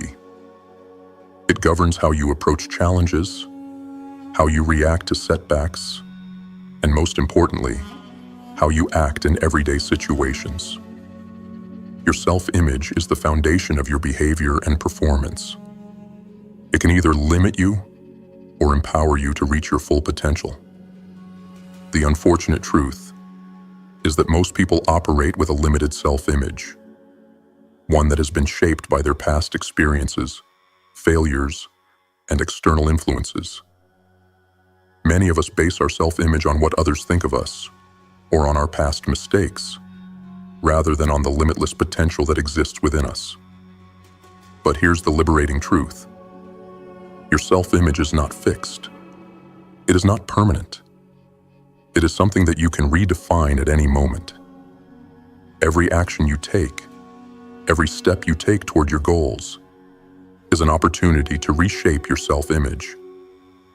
You don't have to wait for external validation or approval. You can begin right now, through consistent action, to redefine who you are and what you are capable of. You can transform your self-image by proving to yourself, through action, that you are capable of achieving greatness, no matter where you started from, or what limitations you may have believed you had. How to implement. Start with small actions that challenge your self-image. If you have a limiting belief about yourself, like thinking you're not disciplined, capable, or talented enough to achieve your goals, start proving that belief wrong through small actions. For example, if you think you lack discipline, take a small step to challenge that. Maybe it's committing to wake up at 5 a.m. every day, or it's sticking to a fitness routine for a week. With each small action, you will begin to rewrite the story you've been telling yourself about who you are. Take on challenges that force you to grow. Redefining your self-image requires you to step outside your comfort zone and take on challenges that stretch you. Whether it's taking on a difficult project at work, entering a new field, or starting a business, putting yourself in situations that push you beyond what you thought you were capable of will force you to reassess who you are and what you're capable of. Every time you succeed at something that challenges you, your self-image will grow stronger, more confident, and more resilient. Visualize the person you want to become. Visualization is a powerful tool for reshaping your self-image. Close your eyes and imagine the person you want to be. The version of yourself who has already achieved the goals you're striving for. Picture yourself succeeding, feeling confident, taking on challenges with ease. As you visualize this version of yourself, begin to embody that image in your actions. Start making decisions and taking actions as if you are already that person. Your self-image will begin to shift as you consistently take on the role of the person you aspire to be. Challenge your inner critic. Most of us have an inner critic, those negative voices that tell us we're not good enough, not capable enough, or that we're not worthy of success. These voices are rooted in your current self-image. The key to redefining your self-image is to challenge and silence that inner critic. Instead of accepting these negative thoughts as truth, confront them with positive affirmations and evidence of your capabilities. When you hear that voice telling you, "You can't," respond with, "I am capable, I am worthy, and I am taking action today to prove myself wrong." Over time, the inner critic will become weaker, and your new, empowered self-image will take root. Create new habits that reflect your desired identity. The key to changing your self-image is to make sure your actions reflect the person you want to become. If you want to be seen as disciplined, create daily habits that reflect discipline. If you want to be seen as a leader, take leadership opportunities, even if they scare you. The more you act in alignment with your desired self-image, the stronger that self-image will become. Consistency is the key. With every new habit you adopt, you reinforce the identity of the person you are striving to become. Use positive self-talk to reinforce your new identity. The way you talk to yourself matters. Your thoughts influence how you see yourself and how you perform. If you want to redefine your self-image, start by changing the language you use about yourself. Stop saying things like, "I'm not good enough," or "I'm too weak to succeed." Instead, tell yourself, "I am capable of achieving anything I set my mind to. I am strong and resilient," or "I am always growing and improving." This positive self-talk will create a mental foundation for the new, empowered identity you are working to build. Surround yourself with people who support your new image. The people you spend time with have a significant impact on your self-image. If you are constantly around people who reinforce your old limiting beliefs, it will be difficult to break free from that mindset. Surround yourself with people who believe in your potential, who challenge you to grow, and who support your goals. These people will help you see yourself through a more empowered lens and encourage you to become the best version of yourself. Measure your progress. As you take consistent action, it's important to measure your progress. Track your achievements and reflect on how far you've come. This will help reinforce the fact that your self-image is indeed shifting. When you look back at your progress, you'll realize that you've become someone new.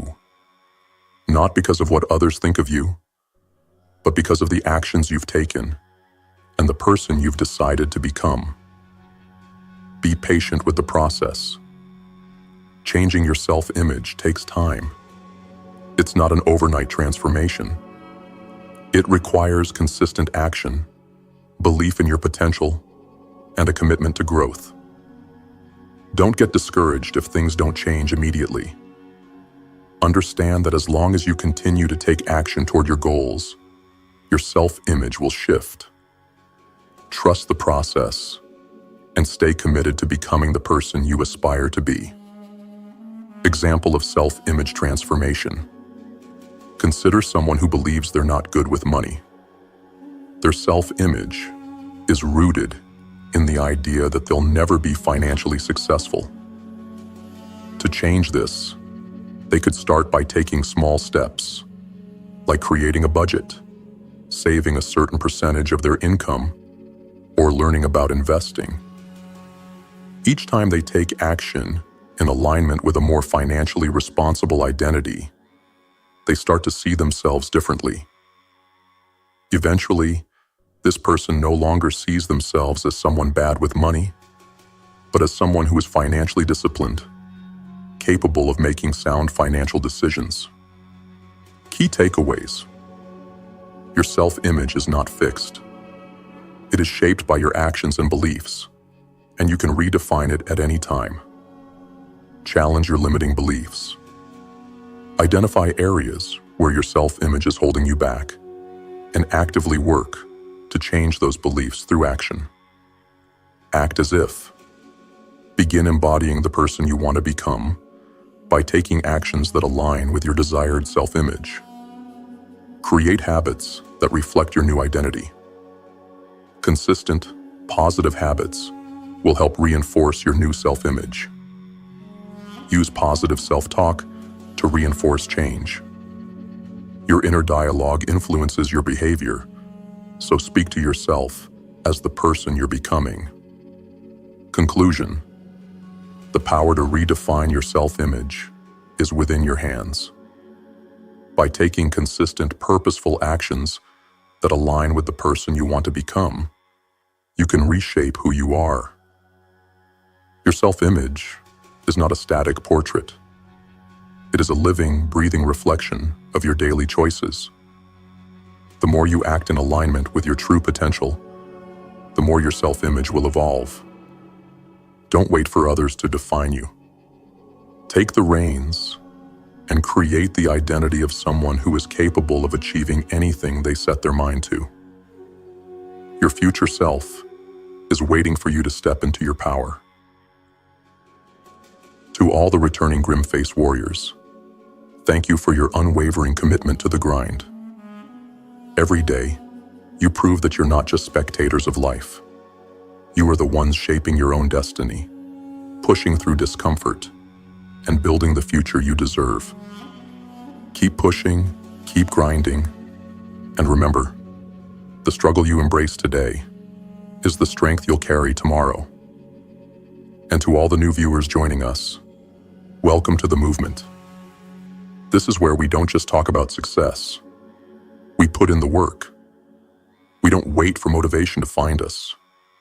We create it with every step we take. If you're ready to redefine your life, challenge your limits, and become the best version of yourself, then you found the right place. Subscribe to the GrimFace movement, and let's walk this path together. Your journey to greatness begins right now. Stay relentless. Stay hungry. Stay grim.